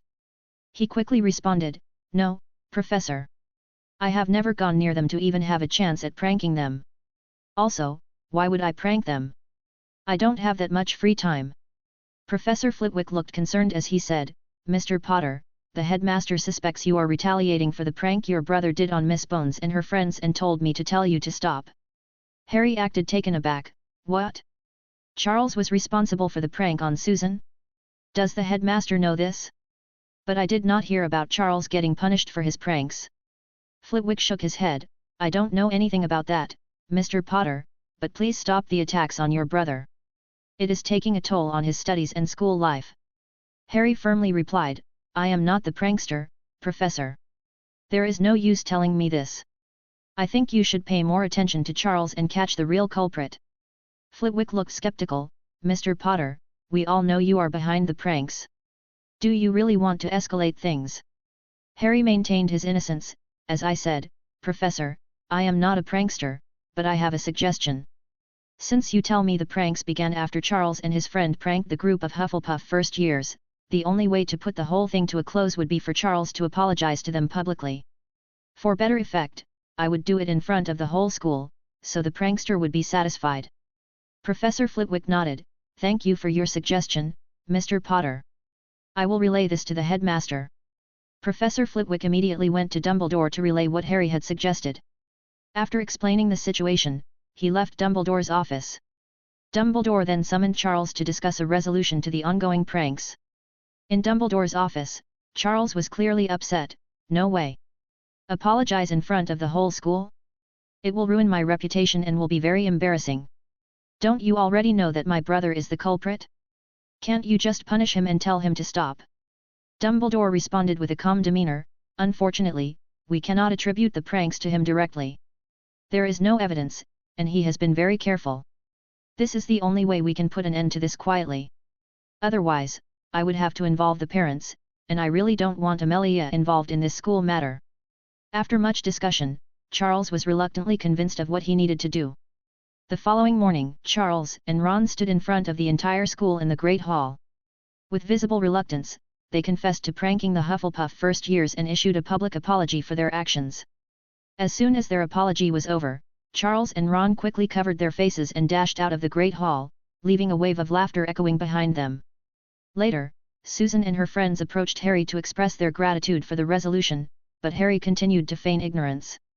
He maintained a calm facade, acting as if he had no involvement in orchestrating the outcome of the pranks.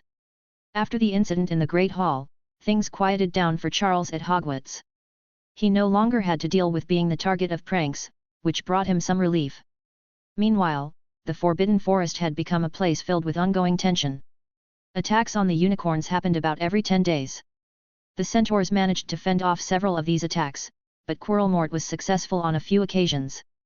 There were no direct confrontations. Quirrellmort would always flee upon detection and avoided any fight with the centaurs. Harry had successfully healed 2 unicorns, and fortunately, there had been no fatalities. Yet, Harry was frustrated by not having met Quirrellmort even once during the attacks. Whenever an attack occurred, Quirrellmort quickly fled after harming a unicorn and consuming its blood.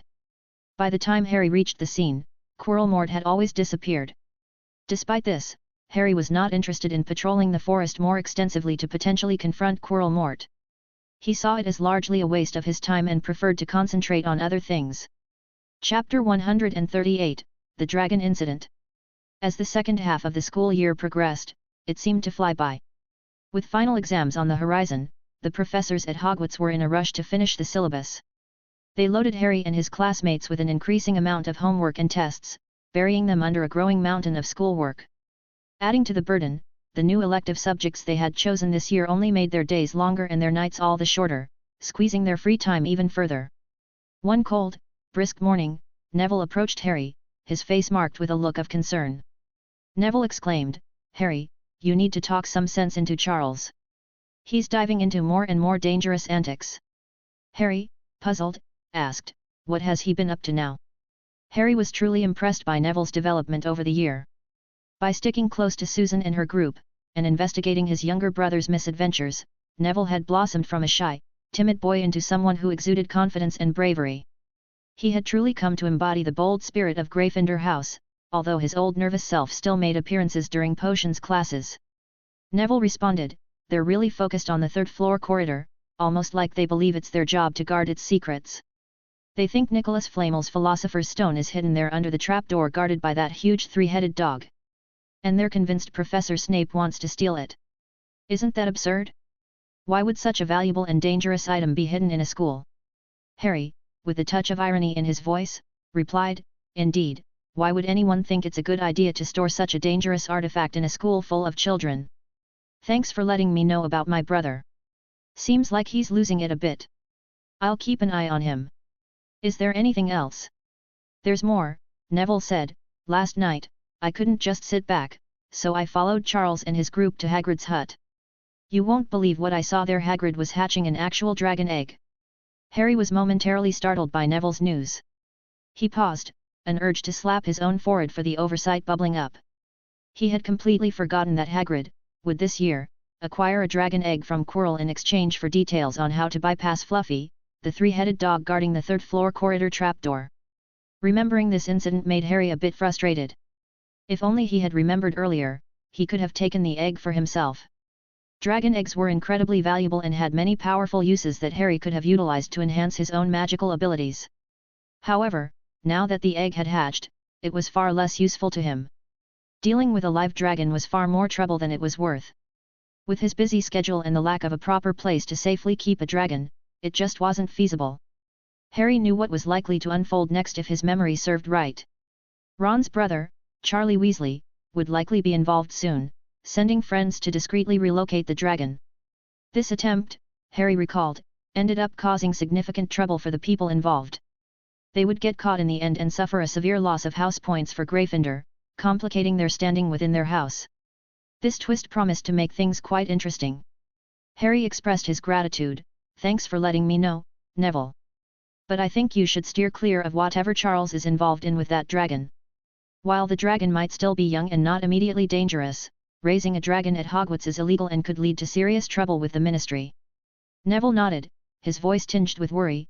"Yes, I overheard them planning to send it away. They realize it's too risky to keep it here at Hogwarts with Hagrid." Harry agreed, "That's probably wise. But hold on, Neville, you went to Hagrid's hut alone at night? When did you become so brave? The Neville I know would never go out alone at night." Neville blushed slightly at the compliment. Neville, slightly embarrassed by Harry's praise, flushed a little. "I was just concerned about my friends.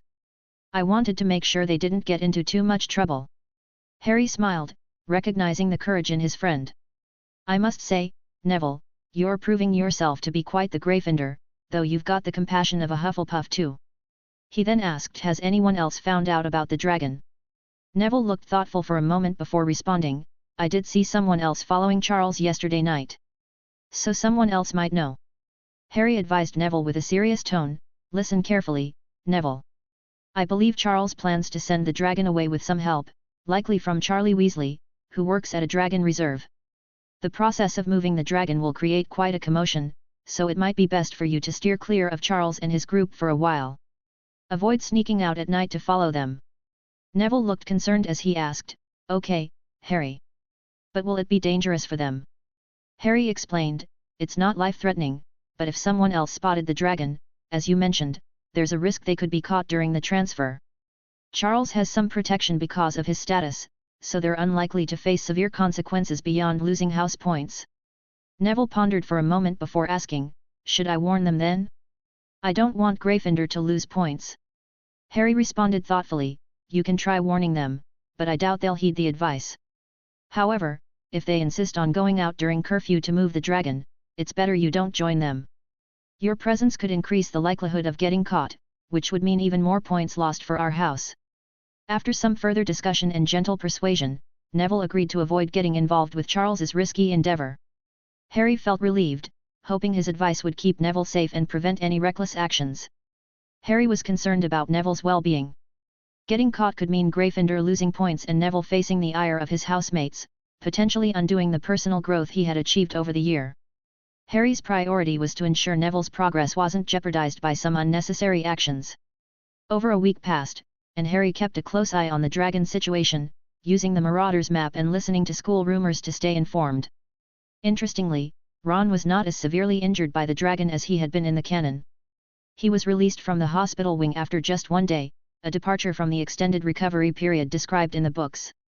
Things went according to the canon, where Charles and his group successfully transferred the dragon out of Hogwarts but were caught by Filch when they made their way back to their dorms. This led to the trio being taken to Professor McGonagall by Filch.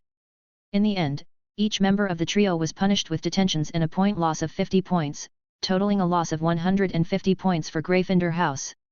This substantial loss dashed any remaining hopes Gryffindor had of winning the House Cup, placing them firmly at the bottom of the standings. The news of the trio's nighttime escapade and the consequent point deduction spread quickly throughout Hogwarts. The mood in Gryffindor House soured, with many feeling betrayed and frustrated. Earlier in the year, Charles had already cost them points due to conflicts involving Professor Snape, and just when it seemed they might recover, this new fiasco occurred. Charles, who had been seeking to regain his lost popularity, found himself further ostracized. Now viewed as the most disliked student at school, his fall from grace was profound. Meanwhile, Slytherin House reveled in Gryffindor's misfortune, thanking Charles for effectively removing them as competitors for the House Cup. The fallout from the incident wasn't limited to social consequences. Due to the points lost and the trouble caused, the Gryffindor Quidditch team made the decision to remove Charles from his position as a chaser. Katie Bell was chosen to take his place, and a fifth-year student was appointed as the new seeker. This reshuffling of the team was a clear indication of the team's and house's dwindling patience and trust in Charles.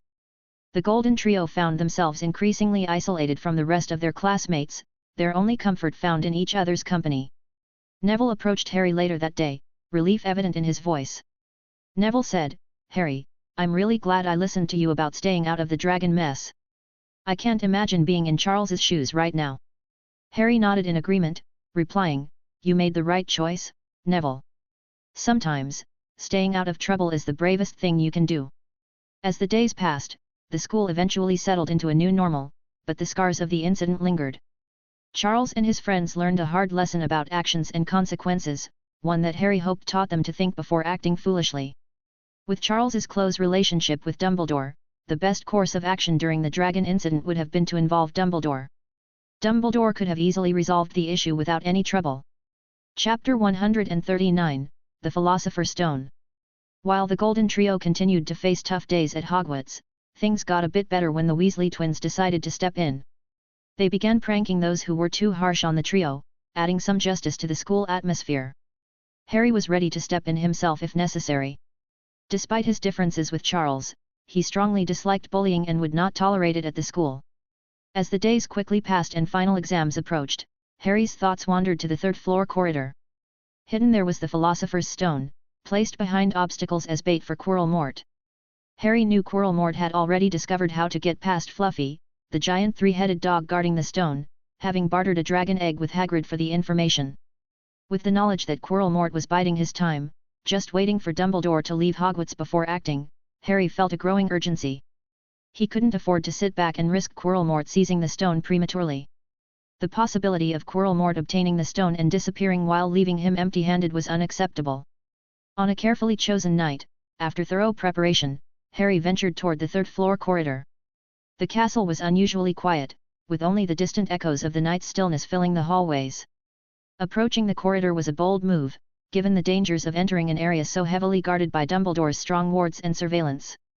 Yet, as Harry grew stronger, his confidence in his abilities increased, reducing his fears of being caught during such adventures.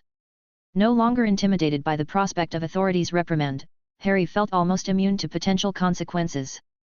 Harry had a simple plan in case he encountered Dumbledore or any other professor. He would claim his curiosity got the better of him. He wanted to see for himself what was so fiercely protected on the forbidden third floor. He would make the professors believe that the intrusion was a harmless way to have some fun during the demanding school days.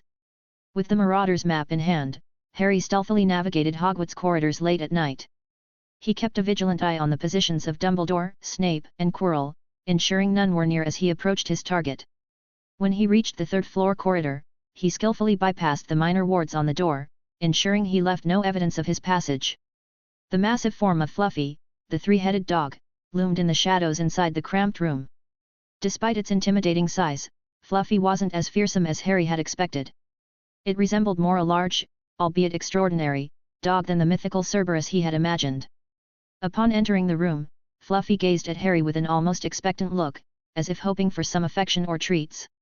Under different circumstances, Harry might have spent time playing with the creature, but tonight was not for leisure. He quickly conjured an enchanted harp that filled the room with soothing melodies.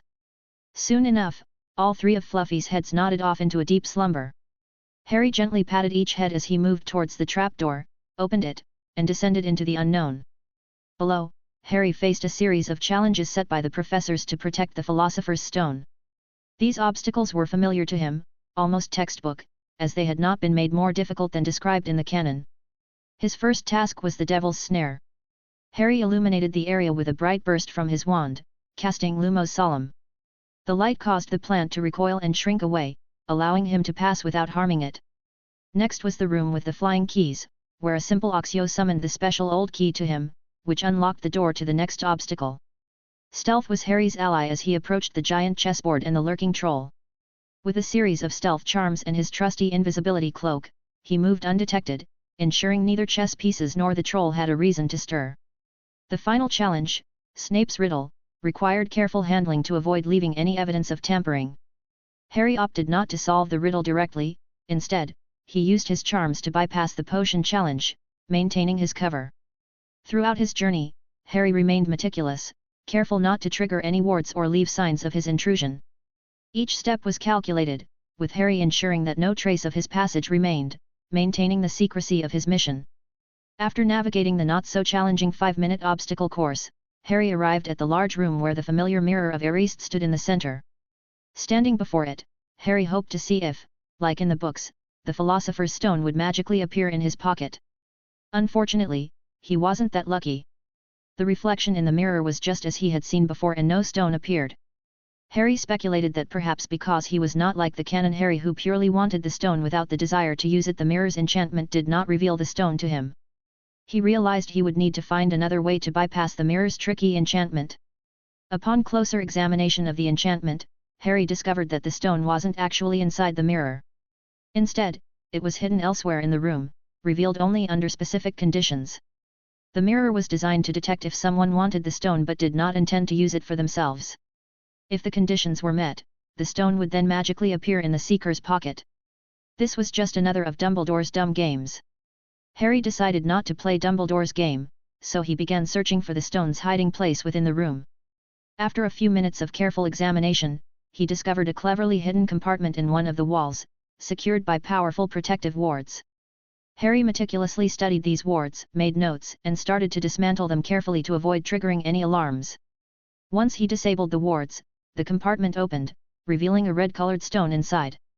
Harry put on dragonhide gloves to safely handle the stone. It looked genuine and emitted a strong aura, suggesting it was a powerful artifact. However, when Harry tested it right there, he found that it wasn't the real Philosopher's Stone. It wasn't a complete fake either, it seemed to be a failed replication of the legendary stone. It was a smart move by the Flamels to give Dumbledore a fake, or maybe it was one of Dumbledore's own failed experiments to make a stone to live longer. Who knew? Even though it wasn't real and probably couldn't help make the elixir of life, Harry thought it could still be useful to figure out how the real stone was made. So, he wasn't too disappointed. He hadn't expected much anyway, since he didn't think the Flamels were scared of Voldemort and would give this important artifact of their life to Dumbledore to guard. After creating a duplicate of the stone using a Gemino spell, Harry carefully placed the replica back in the hidden compartment within the wall. He then set about restoring the complex wards to their original state, ensuring everything was as he had found it. With the warding done and the imitation stone in place, Harry started his journey back through the obstacle course. He kept checking the Marauder's map to make sure that no one had noticed what he was doing. He wanted to be certain that his secret mission had been a success. As he made his way back, Harry carefully checked the stone for any tracking spells or wards but found none. Despite this, Harry decided not to take any risks regarding Dumbledore or the Flamels possibly having some unknown method of tracking the stone. So, he planned to store the stone in the Room of Hidden Things at Hogwarts for the time being. Harry made sure to erase any signs of his presence and put everything back to its original state as he left the third floor. His path led him to the Room of Hidden Things, where he intended to securely hide the stone. The in-depth study of the stone would have to wait until he had sufficient knowledge in alchemy to handle the potentially volatile artifact without causing damage. That night, as Harry lay in his bed, a grin spread across his face. He thought about how Dumbledore would react when he discovered the switch at the end of the year. Imagining the bafflement and surprise that would follow brought him a rare moment of amusement amid the tension of his secret activities. As the days went by without any sign that Dumbledore or Quirrell had noticed the swap, Harry felt a quiet pride in his success. He had managed to exchange the stone, and no one was the wiser. Now, his thoughts turned towards preparing for an inevitable encounter with Quirrell. Harry knew of an upcoming opportunity when he would almost certainly cross paths with him in the Forbidden Forest. This was scheduled during the detention that Charles and his friends would serve with Filch in the forest. The date of the detention was drawing near, and Harry felt a surge of anticipation for what was to come. Hi everyone! It's been a while. I'm sorry I haven't been responding to your comments or reviews. I needed to take a step back to stay focused on my writing, especially after the discouraging trolling about the whole losing memories plot twist. Didn't really understand the huge hate on that. To keep writing without getting discouraged, I stopped reading the comments and feedback for some time. This really helped me to keep going and stay positive. I've been checking the comments on my Patreon though, where things are more supportive. A big thank you to all my Patreon members who have encouraged me to keep writing. Your support means a lot. I also want to clear up something I've seen asked a lot. No, I don't use ChatGPT to write the plot. That wouldn't work. Trust me, I've tried. I do however use AI as an editor to help with spelling and grammar after I write the plot. So, if you find the chapters too detailed or long, that's on me. I tend to over-explain things. Because I was still learning how to use AI as an editor, the early chapters might be a bit rough to read, but I've gotten better at it, and I hope you like the improvements. I promise to start reading your comments again soon. It's time I learned to handle the trolling. Thanks so much for all your support and for sticking with my book. I know it's a long read, but that's just how I like it. Thanks again. Chapter 140, Duel in the Forest Part 1. A week before the final exams were scheduled to start, Charles and his friends were told they would have detention at 11 p.m. Harry learned about their detention time through the Hogwarts rumor mill, which allowed him to plan accordingly. That night, Harry intended to confront Quirrell once and for all, aiming to rid Hogwarts of Voldemort's presence inside the school for this year. He had extracted all he needed from Voldemort's mind, recordings of the magic and rituals Voldemort had performed on himself, the location of the cave containing the Inferi, and details of the protections at his ancestral Gaunt home. Harry faced a challenge with accessing a Horcrux in Bellatrix's vault at Gringotts. From Voldemort's memories, he understood that Voldemort could access the vault if Bellatrix was unavailable, thanks to her instructions to the goblins. Unfortunately, this arrangement was of no use to Harry as it did not extend to him, leaving him without a way to access the vault directly. The goblins in the wizarding world stay out of conflicts like wizarding wars. They don't care who's in charge as long as their business at Gringotts continues without interruption. They neither oppose nor support Voldemort because they aren't afraid of him. Voldemort was wary of the goblins instead. He knows they hold sensitive information about his true identity and lineage details that could damage his reputation among his followers who value blood purity. While Voldemort might have wanted to eliminate the goblins to keep his secrets safe, he respects their strength because he's encountered their powerful magic before. He's not ready to confront them until he's sure he can handle their magical defenses. The portrayal in some films where Voldemort rampages through Gringotts after his Horcrux is stolen isn't accurate. That dramatic scene doesn't happen in the books, and Harry was sure it would not happen in this real wizarding history. Harry now faced a tricky problem: how to get the Horcrux from Bellatrix's vault at Gringotts. The straightforward approach wasn't an option, which meant he had to consider more complex strategies. Aside from this issue, Harry's exploration of Voldemort's memories had been fruitful, providing all the information he needed. With no further use for Voldemort's presence at Hogwarts, Harry felt it was time to eliminate the risk he posed once and for all. Harry wasn't sure how things would go in this world, since he didn't want to go back to the third-floor corridor and wasn't sure if Charles could beat Quirrell like the Canon Harry did. He was also unsure if the magical protection that saved the Canon Harry, which came from his mother sacrificing herself, was the same in this world with his grandmother's sacrifice. It was also unclear whether this magical protection would cover Charles too, considering they were both present under the protective magic that night. So, Harry was left wondering if the protective magic was on him, Charles, or both of them. Given the unpredictability of whether Charles's touch would neutralize Quirrell as it once did for Canon Harry, the risk was too great. Harry feared the consequences if Voldemort were to discover the stone was a fake and react violently, potentially endangering everyone at Hogwarts. Determined to avoid such risks, Harry resolved to confront Voldemort directly. With a rare opportunity to catch him isolated in the Forbidden Forest, far from Dumbledore's watchful gaze, Harry prepared to end the threat once and for all, ensuring the safety of all without relying on uncertain magic. As the sun set, casting long shadows across Hogwarts, Harry got ready for what he expected to be a decisive duel. This would be his first magical duel to the death, but he felt prepared. At 11 o'clock, Harry, disguised in his Arthur disguise and hidden under his invisibility cloak, waited near the castle exit. Filch arrived first, followed by Malfoy and then the golden trio of Charles, Hermione, and Ron. "Follow me," Filch commanded, lighting a lamp and leading the way outside. His voice took on a menacing tone as he spoke to the students. "I bet you'll think twice about breaking a school rule again, eh? Hard work and pain are the best teachers if you ask me. It's just a pity they let the old punishments die out. I've got the chains still in my office, keep 'em well oiled in case they're ever needed. Right, off we go, and don't think of running off, now, it'll be worse for you if you do." Harry quietly trailed Filch and the students, thinking to himself how sadistic Filch was. As they approached Hagrid's hut, a voice boomed in the distance, "Is that you, Filch? Hurry up, I want to get started." Charles perked up at the prospect of working with Hagrid. It seemed less daunting than the punishment they feared. However, Filch quickly dashed these hopes. "I suppose you think you'll be enjoying yourself with that oaf? Well, think again, boy, it's into the forest you're going and I'm much mistaken if you'll all come out in one piece." Ron whimpered at these words, and Malfoy froze in his tracks.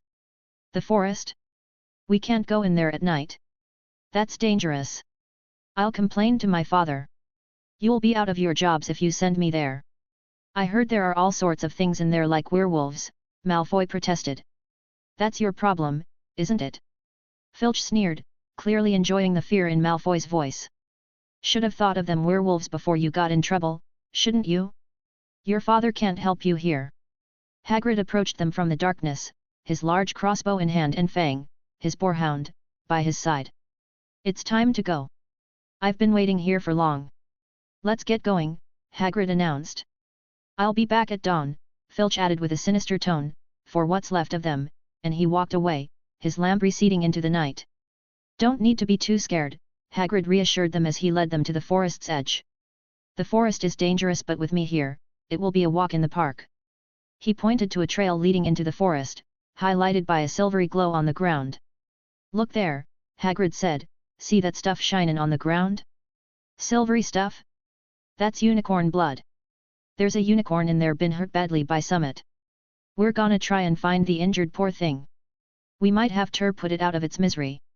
"And what if whatever hurt the unicorn finds us first?" Malfoy asked, his voice laced with fear. "There's nothing that lives in the forest that'll hurt ya if you're with me or Fang," Hagrid assured them. "And keep to the path.